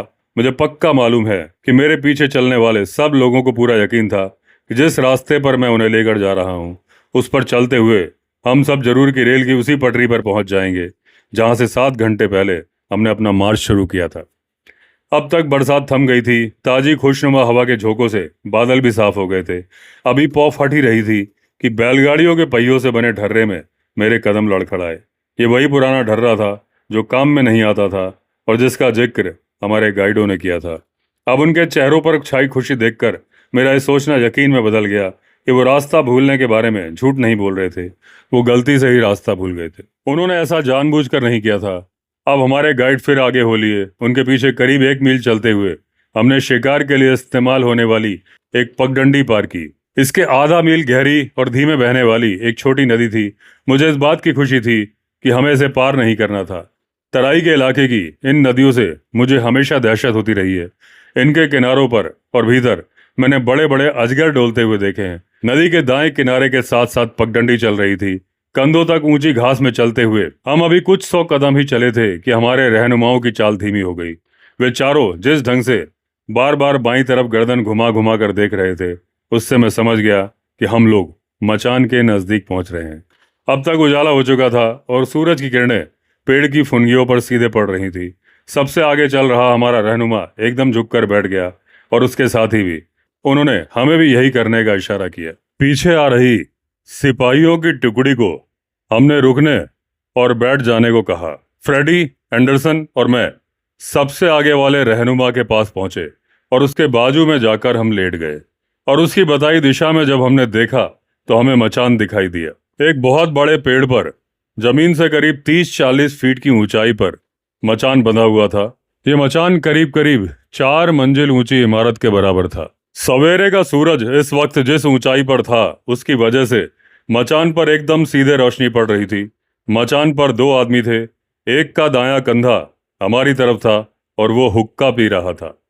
दूसरा पीठ के बल अधलेटा सा था और उसके घुटने मुड़े हुए थे। जिस पेड़ पर मचान बंधा हुआ था उसके एक तरफ घास और पेड़ों का घना जंगल था और दूसरी तरफ लंबा चौड़ा खुला मैदान। हमारे गाइडों ने बताया कि सुल्ताना का अड्डा जंगल में सिर्फ 300 गज भीतर है। हम जहां छुपकर बैठे थे वहां घास की एक लंबी पट्टी थी। करीब 20 फीट चौड़ी ये पट्टी हमारे दाईं तरफ से नदी के साथ साथ चलते हुए बड़े मैदान तक पहुंच रही थी। जो तरीका हम सबको समझ में आ रहा था वो ये था कि हम थोड़ा वापस चलें, नदी पार करें और फिर सुल्ताना के अड्डे की सीध में पहुंचकर दोबारा से नदी पार करें। लेकिन हमारे रहनुमाओं ने बताया कि ऐसा करना मुमकिन नहीं है, क्योंकि नदी न सिर्फ गहरी है बल्कि सामने वाला किनारा जल्दी धसकने वाली रेत से बना है। फिर इसके अलावा यह भी गौरतलब था कि क्या हमारी पूरी फोर्स बगैर डकैतों के निगाह में आए छोटी घास वाली पट्टी पार कर सकती थी। मचान पर बैठे सुल्ताना के चौकीदारों की निगाह कभी भी हम पर पड़ सकती थी। फ्रेडी के पास उसका सर्विस रिवॉल्वर था। एंडरसन निहत्था था। राइफल से लैस सिर्फ मैं ही था। सिपाहियों के पास 12 बोर की बंदूकें थीं और इन बंदूकों की कारगर मार 60 से 80 गज तक ही होती है। वक्ती तौर पर मैं ही वो अकेला आदमी था जो मचान पर बैठे सुल्ताना के चौकीदारों से निपट सकता था। मेरी राइफल चलने की आवाज सुल्ताना के अड्डे तक जरूर पहुंचती, लेकिन हमारे साथ चल रहे दोनों भांटुओं का कहना था कि जब मचान पर बैठे दोनों चौकीदार सुल्ताना के अड्डे पर वापस नहीं पहुंचेंगे तो सुल्ताना कुछ लोगों के मामले की तहकीकात के लिए यहाँ भेजेगा और तब हमारे पास बढ़िया मौका होगा कि हम अड्डे को घेर लें। मचान पर बैठे दोनों आदमी कानून की निगाह में गुनाहगार थे और उन्होंने ना जाने कितने खून किए होंगे। राइफल मेरे हाथ में थी और अपनी गोली से मैं हुक्के वाले के हाथ से उसका हुक्का गिरा सकता था और दूसरे आदमी के पांव से उसका जूता उतार सकता था, पहले के हाथ और दूसरे के पैरों को खरोच पहुंचाए बगैर। लेकिन ठंडे दिमाग में तो क्या, बेहद गुस्से में भी किसी इंसान को मारना मेरे बस में नहीं था। लिहाजा मैंने फ्रेडी को सुझाव दिया कि यदि फ्रेडी इजाजत दे तो मैं दबे पांव जाकर इन दोनों चौकीदारों को पकड़ लूं। ये मेरे लिए काफी आसान होता। ऊंची घास और पेड़ों का फैलाव मचान वाले पेड़ तक था और मैं आराम से इनकी आड़ लेते हुए मचान पर बैठे आदमियों के सर पर जाके खड़ा होता। उन्हें काबू में कर मैं मचान पर कब्जा किए रहता और इस बीच फ्रेडी अपने आदमियों के साथ अड्डे पर हमला बोल देता। पहले तो सुनकर फ्रेडी थोड़ा अचकचाया, क्योंकि मचान पर मौजूद दोनों आदमियों के पास बंदूकें थीं और उन्हें बंदूकों का इस्तेमाल करने के लिए सिर्फ हाथ बढ़ाने की जरूरत थी। आखिरकार फ्रेडी ने अपनी रजामंदी जाहिर कर दी और आगे एक भी लफ्ज बोले बगैर मैं चुपचाप सरक लिया। मैं थोड़ा जल्दी में था क्योंकि हमारे भांटू गाइडों के मुताबिक अब चौकीदारों की पारी बदलने का वक्त हो गया था। मचान वाले पेड़ की तरफ अभी मैंने करीब 1/3 दूरी ही तय की थी कि मुझे अपने पीछे कुछ आहट सी सुनाई दी। मैंने पीछे मुड़कर देखा तो एंडरसन तेजी से मेरी तरफ आता हुआ दिखाई दिया। मुझे नहीं मालूम कि एंडरसन ने फ्रेडी से क्या कहा था या फ्रेडी ने एंडरसन से क्या कहा था। दोनों ही मेरे अच्छे दोस्त थे। बहरहाल एंडरसन मेरे साथ चलने के लिए कमर कसे हुए था और उसने ये कबूल किया कि वह जंगल में बगैर आवाज किए आगे नहीं बढ़ सकता था। उसने ये भी कबूल किया कि ऐसे में काफी मुमकिन था कि मचान पर बैठे चौकीदार हमें देख लेते। उसने ये भी माना कि हमारी मुठभेड़ पारी बदलने वाले चौकीदारों से हो सकती थी। हो सकता था कि हमें मचान वाले पेड़ के नीचे सुल्ताना के दूसरे आदमियों का मुकाबला करना पड़ता। उसने ये भी माना कि खुद निहत्था होने की वजह से वो अपनी हिफाजत करने के काबिल नहीं था। लेकिन बावजूद इन सब बातों के वो मुझे अकेला बढ़ने देने के लिए तैयार नहीं था। स्कॉटलैंड में क्लाइड नदी के उस पार रहने वाले आदमियों के बारे में कहा जाता है कि यदि वो किसी बात पर अड़ जाए तो किसी अड़ियल टट्टू से भी ज्यादा अड़ियल साबित होते हैं। निराश होकर मैं वापस फ्रेडी की मदद पाने के लिए उसकी तरफ लौटा। इस बीच फ्रेडी को अपने फैसले की गलती का एहसास हो चुका था। मुझे बाद में मालूम चला कि भांटुओं ने फ्रेडी को बताया था कि मचान की चौकीदारी करने वाले दोनों डकैत बहुत ही उम्दा निशानेबाज थे। बहरहाल फ्रेडी ने हमें लौटते देखा तो उसने पूरी कुमुक को आगे बढ़ने का इशारा कर दिया। हम लोग सुल्ताना के अड्डे से करीब 200 गज की दूरी पर थे और पीछे हमारे 50 एक जवान घास की खुली पट्टी पार कर चुके थे कि उतने में एक नौजवान और जोशीले सिपाही ने मचान पर निगाह पड़ते ही अपनी बंदूक दाग दी। मचान पर बैठे दोनों आदमी पलक झपकते ही सीढ़ी से उतर लिए और अगले ही पड़ पेड़ के तने से बंधे घोड़ों पर सवार होकर वो अड्डे की तरफ हवा हो लिए। अब चुप्पी बनाए रखने की कोई वजह नहीं बची थी। फ्रेडी की आवाज को किसी मेगाफोन की जरूरत नहीं थी। अपनी गरजदार आवाज में उसे सुल्ताना के अड्डे पर हमले का हुक्म दे दिया। आजू बाजू एक दूसरे से सटे हुए सिपाहियों की लाइन ने अड्डे को घेर लिया। अड्डा एकदम वीरान था। सुल्ताना का अड्डा एक छोटे से टीले पर था। यहाँ 3 टेंट लगे हुए थे और फूस की एक झोपड़ी में एक रसोई थी। एक टेंट में आटे, चावल, दाल, चीनी वगैरह के बोरे, घी के पीपे और 12 बोर के हजारों कारतूसों का ढेर लगा हुआ था। इसके अलावा हमें वहां खोल में बंद 11 बंदूकें भी मिली। बाकी दोनों तंबुओं में कंबल और गद्दे पड़े हुए थे और रोजाना इस्तेमाल का ढेरों सामान, जिसमें डकैतों के कपड़े भी शामिल थे, वहां फैले पड़े थे। रसोई के पास पेड़ की डाल से जिबा किए हुए 3 बकरे भी लटक रहे थे। चौकीदारी कर रहे डाकू जब यहाँ पहुंचे होंगे तो जरूर भारी अफरा तफरी मच गई होगी। मुमकिन है कि कुछ डाकू अधनंगे ही पास की ऊंची घास में जा छिपे होंगे। हमने अपने जवानों को आधी गोलाई में घेरा बनाकर उस तरफ बढ़ने को कहा जहां की हर्बर्ट और उसके सवार मौजूद थे। जब तक हमारे जवान अपनी लाइन बना रहे थे तब तक मैंने तेजी से टीले का एक चक्कर लगा लिया। अड्डे के पास वाले नाले में मुझे 10 या 12 लोगों के नंगे पैर भागने के निशान मिले। मैंने फ्रेडी से कहा कि हमें इन निशानों के सहारे चलकर आगे देखना चाहिए कि आखिर वो गए किधर हैं। यह नाला करीब 15 फीट चौड़ा और 5 फीट गहरा था। नाले के किनारे किनारे फ्रेडी, एंडरसन और मैं करीब 200 गज चले होंगे कि डकैतों के पांव के निशान कंकड़ीली जमीन में गुम हो गए। जहां यह कंकड़ीली जमीन खत्म होती थी वहां नाला कुछ और चौड़ा हो गया था और बाएं किनारे पर जहां हम खड़े थे उसके नजदीक ही एक बहुत बड़ा बरगद का पेड़ बड़ी शान से खड़ा था। इस बड़ की टहनियां इतनी घनी थीं कि अपने आप ही जंगल जैसी मालूम होती थी। इस पेड़ की डालियां नीचे तक आकर धरती को छू रही थी। मुझे लगा कि ये पेड़ किसी के भी छुपने के लिए बेहतरीन जगह है। मैं नाले के किनारे की तरफ बढ़ रहा था और इस वक्त पानी मेरी ठुड्डी तक था। मैंने किनारे पर चढ़ने की कोशिश की लेकिन मुझे कहीं भी कोई पकड़ नहीं मिल पा रही थी।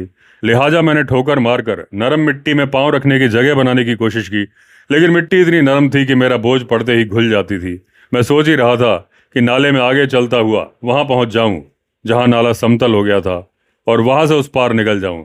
तभी मुझे गोलियों की बौछार की आवाज सुनाई दी और अड्डे की तरफ से लोगों की चिल्लाने की आवाज आई। हम लोग दौड़ते हुए वहां पहुंचे तो अड्डे के नजदीक हमें अपना हवलदार जख्मी हालत में पड़ा मिला। गोली हवलदार का सीना पार कर गई थी।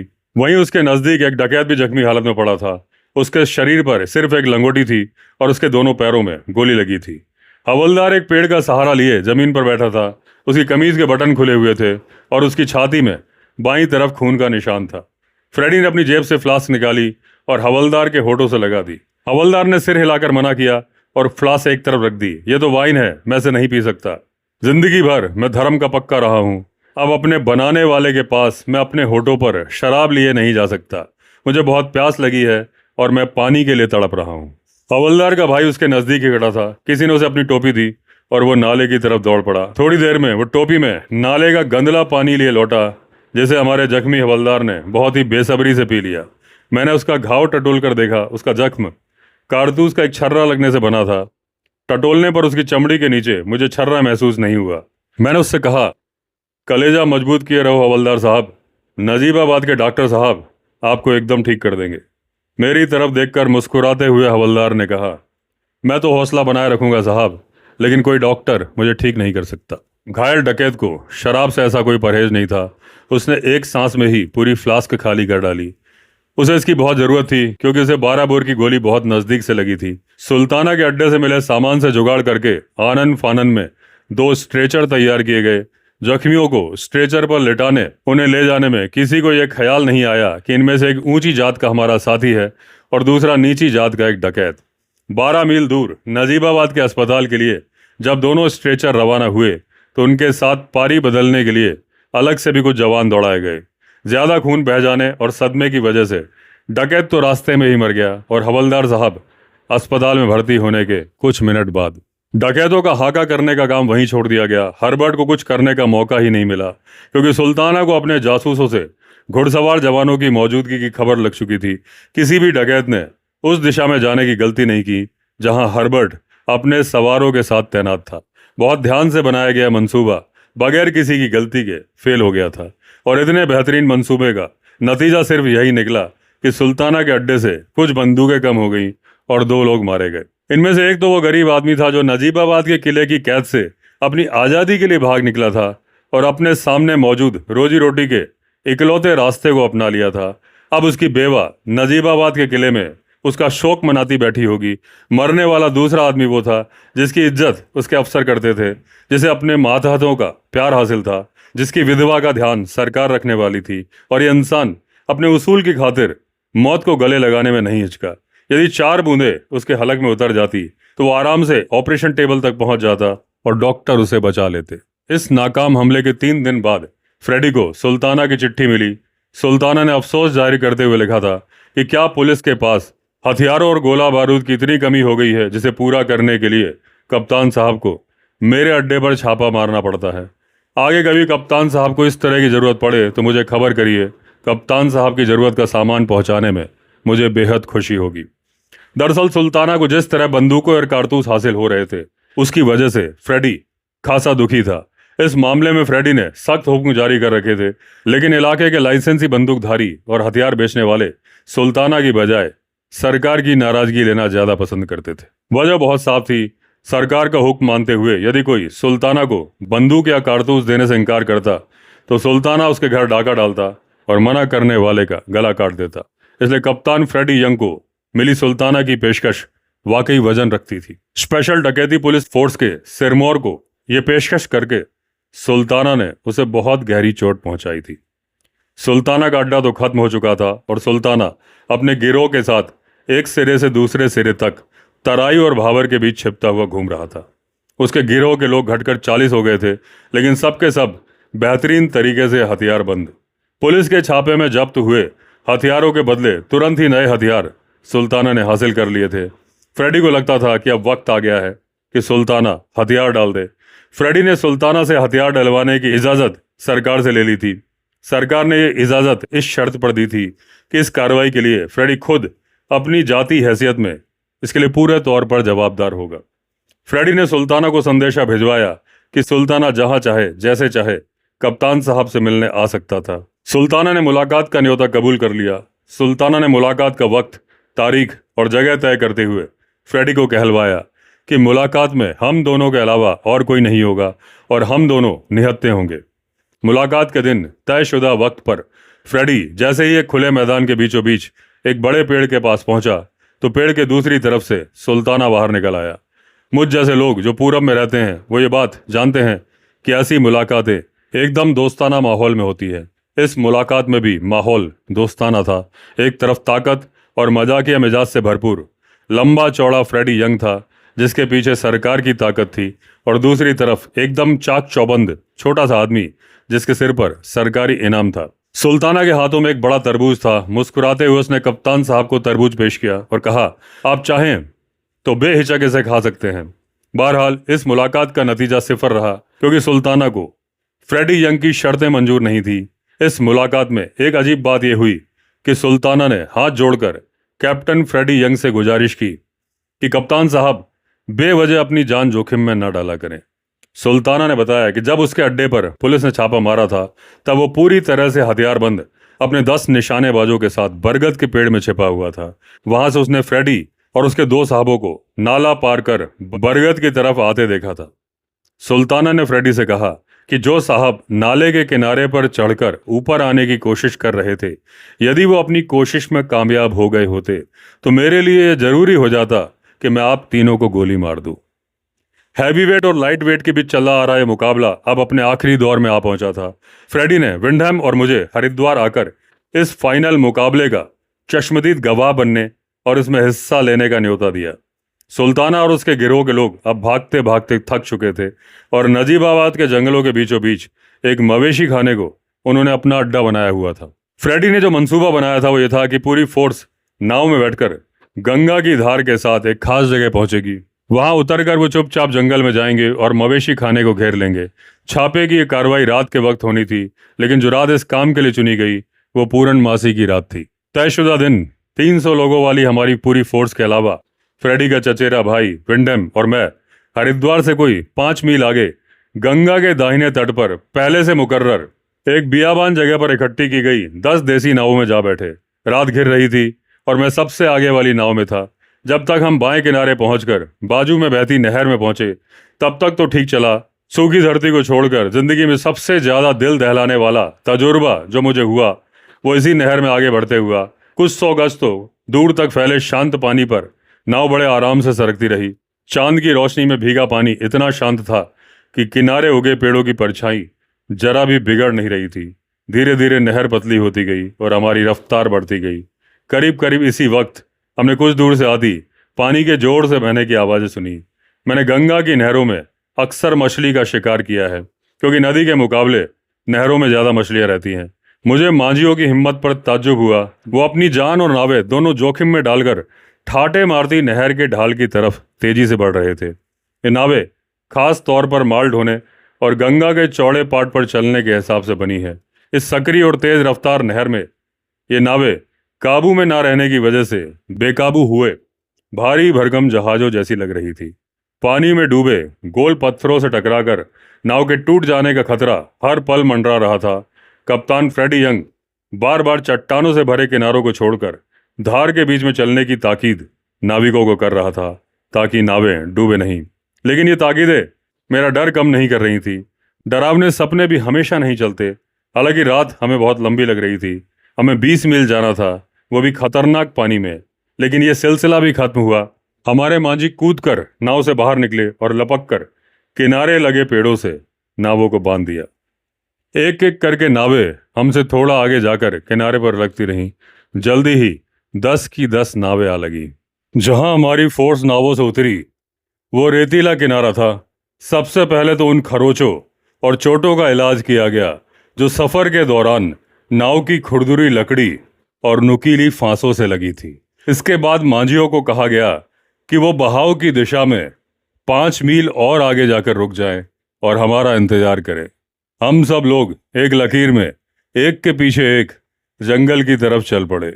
आधा मील तक तो बेहद घनी हाथी घास से जूझते हुए हमें आगे बढ़ना पड़ा। मुझे अपनी जिंदगी में कभी ऐसी घनी हाथी घास में पैदल घुसने का साबका नहीं पड़ा था। घास 10 से 12 फीट ऊंची थी और इस वक्त नदी से उठते कोहरे और ओस की वजह से गीली होकर भारी हो रही थी। घास में 100 कदम चलने में ही हम लोग पूरे भीग गए। जब हम घास के उस पार पहुंचे तो हमारे सामने पानी का तालाब था। पहले तो हमने यही सोचा कि गंगा पहले यहां से गुजरती होगी और उसकी पुरानी तलहटी में जमा ये पानी हमें दिख रहा है। हमने दाएं बाएं दोनों तरफ खोजी दस्ते दौड़ा दिए ताकि वो इस रुकावट के उस पार जाने का कोई आसान और छोटा रास्ता पता लगा कर आए। दाईं तरफ गई पार्टी पहले लौटी और हमें बताया गया कि जहां हम खड़े हैं वहां से यदि उस नहर की तरफ चले जिसके जरिए हम आए थे, तो बीच में एक तेज बहने वाली नदी है। बाईं तरफ से लौटी पार्टी ने बताया कि तालाब के ऊपरी छोर तक ऐसी नदी है जिसे तैर कर पार नहीं किया जा सकता। अब ये बात एकदम साफ थी कि चाहे जानबूझकर चाहे अनजाने में हमारे माजियों ने हमें किसी टापू पर लापटका था। हमारी नावें तो जा चुकी थी, दिन का उजाला भी ज्यादा दूर था नहीं, इसलिए जरूरी था कि हम कुछ करें। हम पानी की बाईं तरफ बढ़े। इरादा यह पता लगाना था कि क्या कहीं से हम नदी पार कर सकते हैं। एक जगह जहां पानी की चौड़ाई थोड़ी कम थी और जहां से पानी की धार शुरू हो रही थी, वहां हमें नदी पार करने की कुछ उम्मीद हुई। इस जगह से थोड़ा ऊपर जाते तो पानी 20 फुट गहरा था और थोड़ा नीचे जाते तो पानी का बहाव बहुत तेज था। हम लोग पानी की तेज धारा को देख रहे थे और सोच रहे थे कि भला इसे पार किया जा सकता है या नहीं। इतने में विंध्यम ने अपने कपड़े उतारने शुरू कर दिए। मैंने विंध्यम से पूछा कि जब कपड़े वैसे ही इतने गीले हैं तो इन्हें उतारने की क्या जरूरत है। विंध्यम ने जवाब में कहा कि मैं कपड़ों को बचाने के लिए नहीं बल्कि अपनी जान बचाने के लिए उन्हें उतार रहा हूं। विंध्यम ने अपने शरीर पर मौजूद कपड़े की आखिरी चिंदी भी उतार ली और सब कपड़ों को अपनी कमीज से बांधकर पोटली बना ली। अब उसने पोटली सिर पर टिकाई और नजदीक ही खड़े एक मजबूत शरीर वाले कांस्टेबल की बांह पकड़ ली और उससे कहा, तुम चलो मेरे साथ। इस नौजवान कांस्टेबल के मुंह से कोई बोल ना फूटा। कमिश्नर साहब के साथ डूबने का सम्मान पाने के लिए अपने चुने जाने से वो इतना अचंभित था। फिर दोनों एक दूसरे का हाथ पकड़े पानी में उतर गए। उनके नदी पार करने के दौरान हम लोग सांस रोके रहे। कभी पानी उनकी कमर तक होता था, कभी कंधों तक। ये बिल्कुल नामुमकिन ही लगता था कि इस तेज धार में उनके पांव उखड़ेंगे नहीं। और एक बार उस पानी की चपेट में आने के बाद दुनिया का बेहतरीन तैराक भी जिंदा नहीं बच सकता था। ये दोनों बहादुर इंसान, जिनमें एक पूरी पार्टी में सबसे ज्यादा उम्र का था और दूसरा शायद सबसे कम उम्र का, मजबूती से पांव जमाते, बहाव का मुकाबला करते, जूझते हुए जब दूसरे किनारे पर जा पहुंचे तो इस तरफ के लोगों ने चैन की सांस ली। सबकी मिलीजुली आवाज इतनी ऊंची थी कि यदि उस सांस छोड़ने के बजाय उन्हें तालियां बजाने की छूट होती तो तालियों की आवाज 20 मील दूर हरिद्वार में भी जरूर सुनाई देती। जहां 2 आदमी जा सकते थे वहां 300 भी जा सकते थे। हमने एक दूसरे का हाथ पकड़कर जंजीर बना ली। इस जंजीर में कुछ कड़ियों के पांव तो तेज बहाव में उखड़े, लेकिन जंजीर की मजबूती कायम रही। थोड़ी देर में पूरी फोर्स दूसरे किनारे पर पहुंच चुकी थी। यहां हमारी मुलाकात फ्रेडी के भरोसेमंद मुखबिर से हुई। मुखबिर ने उगते सूरज की तरफ इशारा करके कहा कि हम काफी देर से पहुंचे हैं। उसने कहा कि यह मुमकिन नहीं है कि बगैर गडरियों के निगाह में आए पूरी फोर्स इतना बड़ा सपाट मैदान पार करके जंगल तक पहुंच सके। अब हमारे पास करने को सिर्फ यही बचता था कि हम वापस उस टापू पर जाएं और रात होने का इंतजार करें। फिर वापस टापू पर जा पहुंचे हम लोग, लेकिन इस तरफ नदी पार करना उतना खराब नहीं था जितना कि उस तरफ से इस तरफ। हाथी घास में पहुंचने के बाद हमारी पहली फिक्र थी अपने कपड़े सुखाना। ये काम जल्दी हो गया। हम फिर तरोताजा और गर्म महसूस करने लगे तो फ्रेडी ने अपने शरीर जैसे लंबे चौड़े पिट्ठू थैले से पका हुआ मुर्गा और डबल रोटी निकाली। गंगा के पानी में ठिठुरने के बाद ये दोनों चीजें हमें बिल्कुल नियामत लग रही थी। मुझे कहीं भी कभी भी अपनी नींद पूरी कर लेना आता है। अपने लिए एक रेतीली खो ढूंढकर मैं उसमें दिन भर सोता रहा। शाम को किसी छींकने की भयंकर आवाज से मेरी नींद खुली। मैं वापस अपने साथियों के पास पहुंचा तो पाया कि 3 लोगों पर हे फीवर, जो कि एक तरह की एलर्जी होती है, का हमला हो गया है।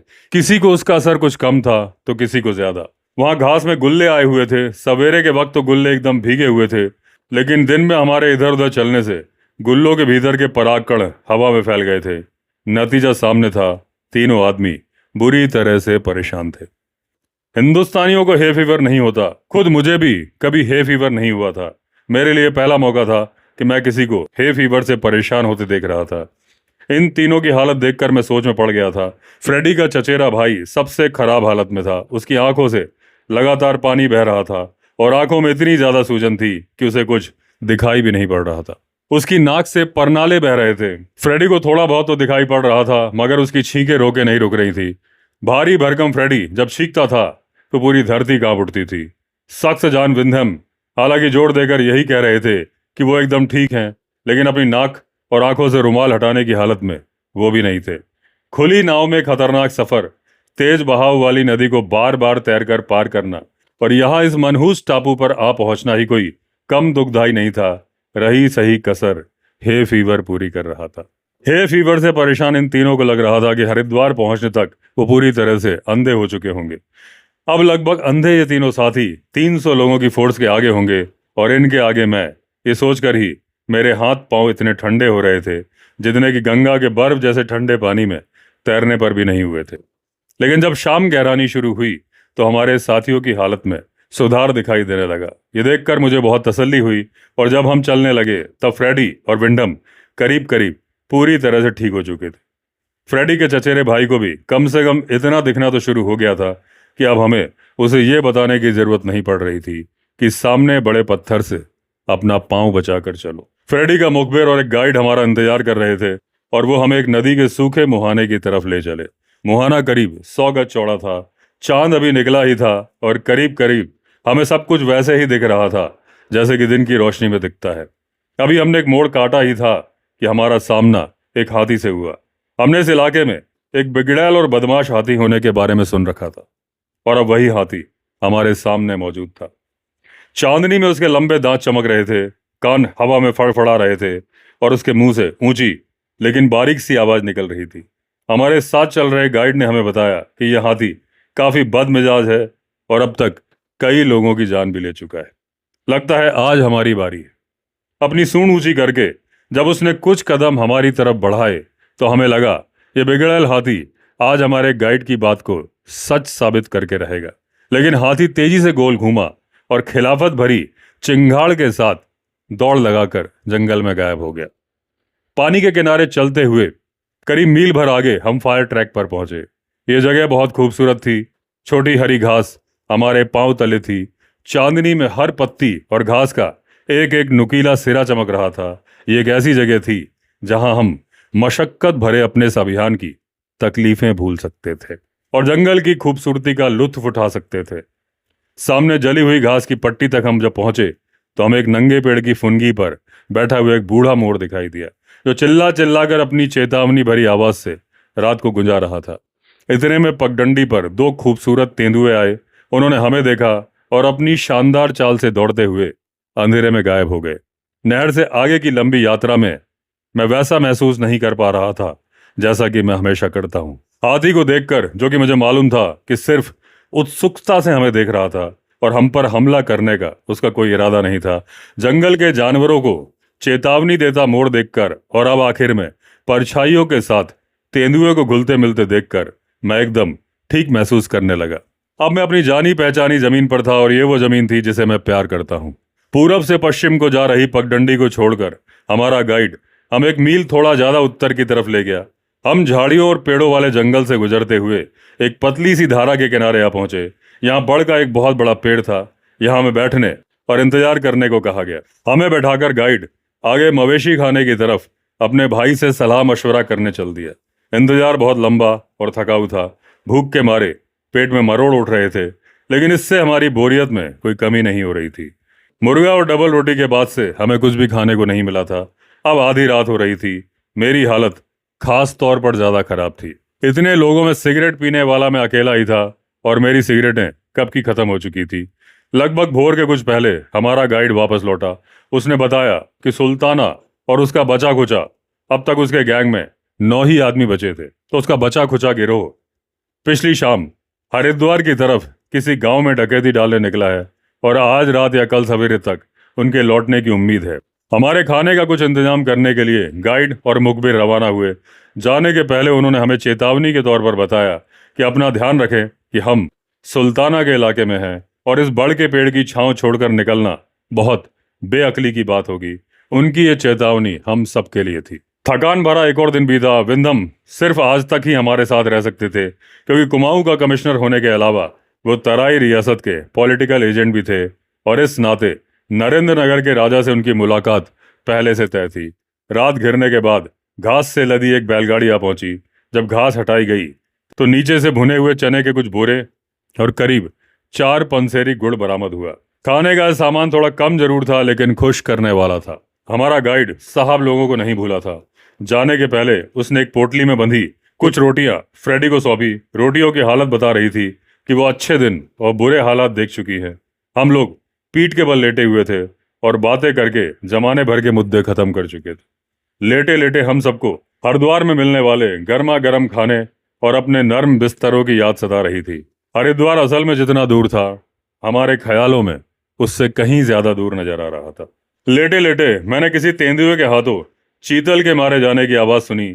यह आवाज मेरे कानों को बहुत भली लगी। आवाज से ही मुझे अंदाजा हो गया कि हमारे बड़ के पेड़ से कुछ ही दूर तेंदुए ने अपने खाने का इंतजाम कर लिया था। मुझे इस शिकार में अपने लिए भरपेट खाना मिलने की उम्मीद हो रही थी। चपातियों का जो हिस्सा मेरे हाथ लगा था, उसने मेरी भूख मिटाने के बजाय बढ़ा दी थी। मैं एकदम लपक कर उठ बैठा और फ्रेडी से उसकी खुकरी मांगी। फ्रेडी ने पूछा, खुदा के वास्ते मुझे बताओ, आखिर किस लिए तुम्हें मेरी खुकरी चाहिए? मैंने उसे बताया कि अभी जिस चीतल को तेंदुए ने मारा है, उसकी पिछली रानें काटने के लिए मुझे खुकरी चाहिए। कौन सा तेंदुआ और कौन सा चीतल? फ्रेडी ने पूछा। आखिर तुम बात क्या कर रहे हो?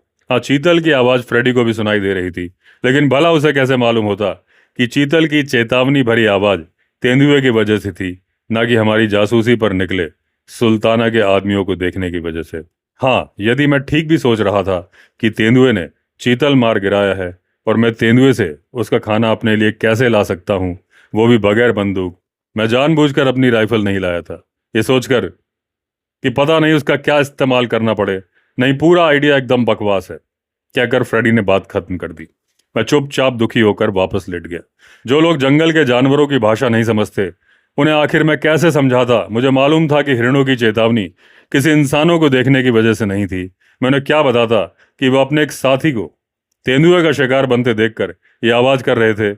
यह भी उन्हें मैं कैसे समझाता कि मारे गए चीतल का मनचाहा हिस्सा मैं ला सकता था, वो भी तेंदुए की तरफ से, बगैर किसी ऐतराज के। रात बगैर किसी और वाकये की बीत गई और पौ फटते ही विंडम के साथ मैं हरिद्वार की लंबी यात्रा पर पैदल निकल पड़ा। भीमगोड़ा बांध के पास से हमने गंगा पार की, बांध के रेस्ट हाउस में जल्दी जल्दी खाना खाया और लंबे चौड़े बांध में मछली मारने में एक यादगार शाम बिताई। अगली सुबह जब विंडम नरेंद्र नगर में अपनी पहले से तय मुलाकात के लिए रवाना हो रहे थे और मैं जंगल से छूटे अपने भूखे साथियों के लिए खाने का सामान इकट्ठा कर रहा था, तभी एक हरकारा खबर लाया कि फ्रेडी ने सुल्ताना को पकड़ लिया है।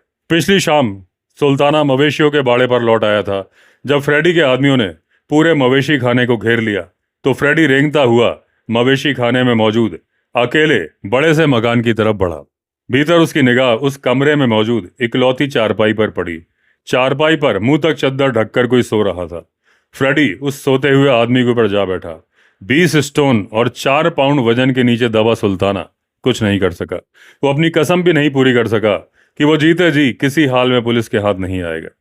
पुलिस की कार्रवाई में वहां मौजूद 6 डकैतों में से 4 पुलिस की गिरफ्त में आ गए थे, लेकिन सुल्ताना के 2 खास सिपाह सलार बाबू और पहलवान गोलियों की बौछार के बीच जख्मी होने के बावजूद भाग निकलने में कामयाब रहे। मुझे यह तो नहीं पता कि सुल्ताना के सिर पर कितने लोगों का खून था, लेकिन जब मुकदमा शुरू हुआ तो उस पर लगाया गया एक खास इल्जाम था लामाचूर में मुखिया के आदमी का खून। काल कोठरी से सुल्ताना ने फ्रेडी को संदेशा भिजवाया। जब फ्रेडी सुल्ताना से मिला तो उसने नजीबाबाद के किले में रह रही अपनी पत्नी और बेटे के अलावा अपने पसंदीदा कुत्ते की जिम्मेदारी फ्रेडी को सौंप दी। कुत्ते को फ्रेडी ने खुद पाल लिया और जो लोग फ्रेडी को जानते हैं उन्हें बताए जाने की जरूरत नहीं कि फ्रेडी ने सुल्ताना के परिवार की जिम्मेदारी कितनी ईमानदारी से निभाई। कुछ महीने बाद की बात है। पुलिस के सालाना जलसे के सिलसिले में फ्रेडी मुरादाबाद आया हुआ था। इस बीच फ्रेडी की तरक्की हो चुकी थी और वह इंग्लिस्तान के बादशाह से CIE commander of the Indian Empire का खिताब हासिल करने वाला इंडियन पुलिस सर्विस का सबसे कम उम्र का अफसर बन चुका था। इस जलसे में एक दिन पूरे सूबे के सभी पुलिस अफसरों को डिनर पर बुलाया जाता था। इसी डिनर के दौरान एक वेटर ने फ्रेडी के कान में फुसफुसाकर कहा कि फ्रेडी का अर्दली उससे कुछ बात करना चाहता है। यह अर्दली फ्रेडी के साथ तब से था जिन दिनों फ्रेडी सुल्ताना का पीछा करता घूम रहा था। अर्दली के लिए आज शाम फुर्सत भरी थी, इसलिए वो टहलते हुए मुरादाबाद रेलवे स्टेशन की तरफ निकल गया। जब वो स्टेशन पर यूं ही घूम रहा था तभी प्लेटफॉर्म पर कोई ट्रेन आकर रुकी। अर्दली वक्त काटने के लिए ट्रेन से उतरने वाले मुसाफिरों को देख रहा था कि उसकी निगाह नजदीक के डब्बे से उतर रहे 2 आदमियों पर पड़ी। इनमें से एक आदमी ने दूसरे से कुछ कहा और दूसरे ने जल्दी से अपने चेहरे पर रुमाल रख लिया, लेकिन इसके पहले ही अर्दली ने देख लिया था कि उसकी नाक पर रुई का फाहा चिपका है। अर्दली ने इन दोनों को अपनी निगाह से ओझल नहीं होने दिया। इन दोनों के पास खूब सारा सामान था। जब दोनों मुसाफिर खाने के कोने में आराम से जम गए तब अर्दली ने इक्का किया और फ्रेडी को खबर देने के लिए निकल पड़ा। जब सुल्ताना के सेपासलार बाबू और पहलवान मवेशी खाने में पुलिस का घेरा तोड़कर भागे थे तो उन पर गोली चलाई गई थी।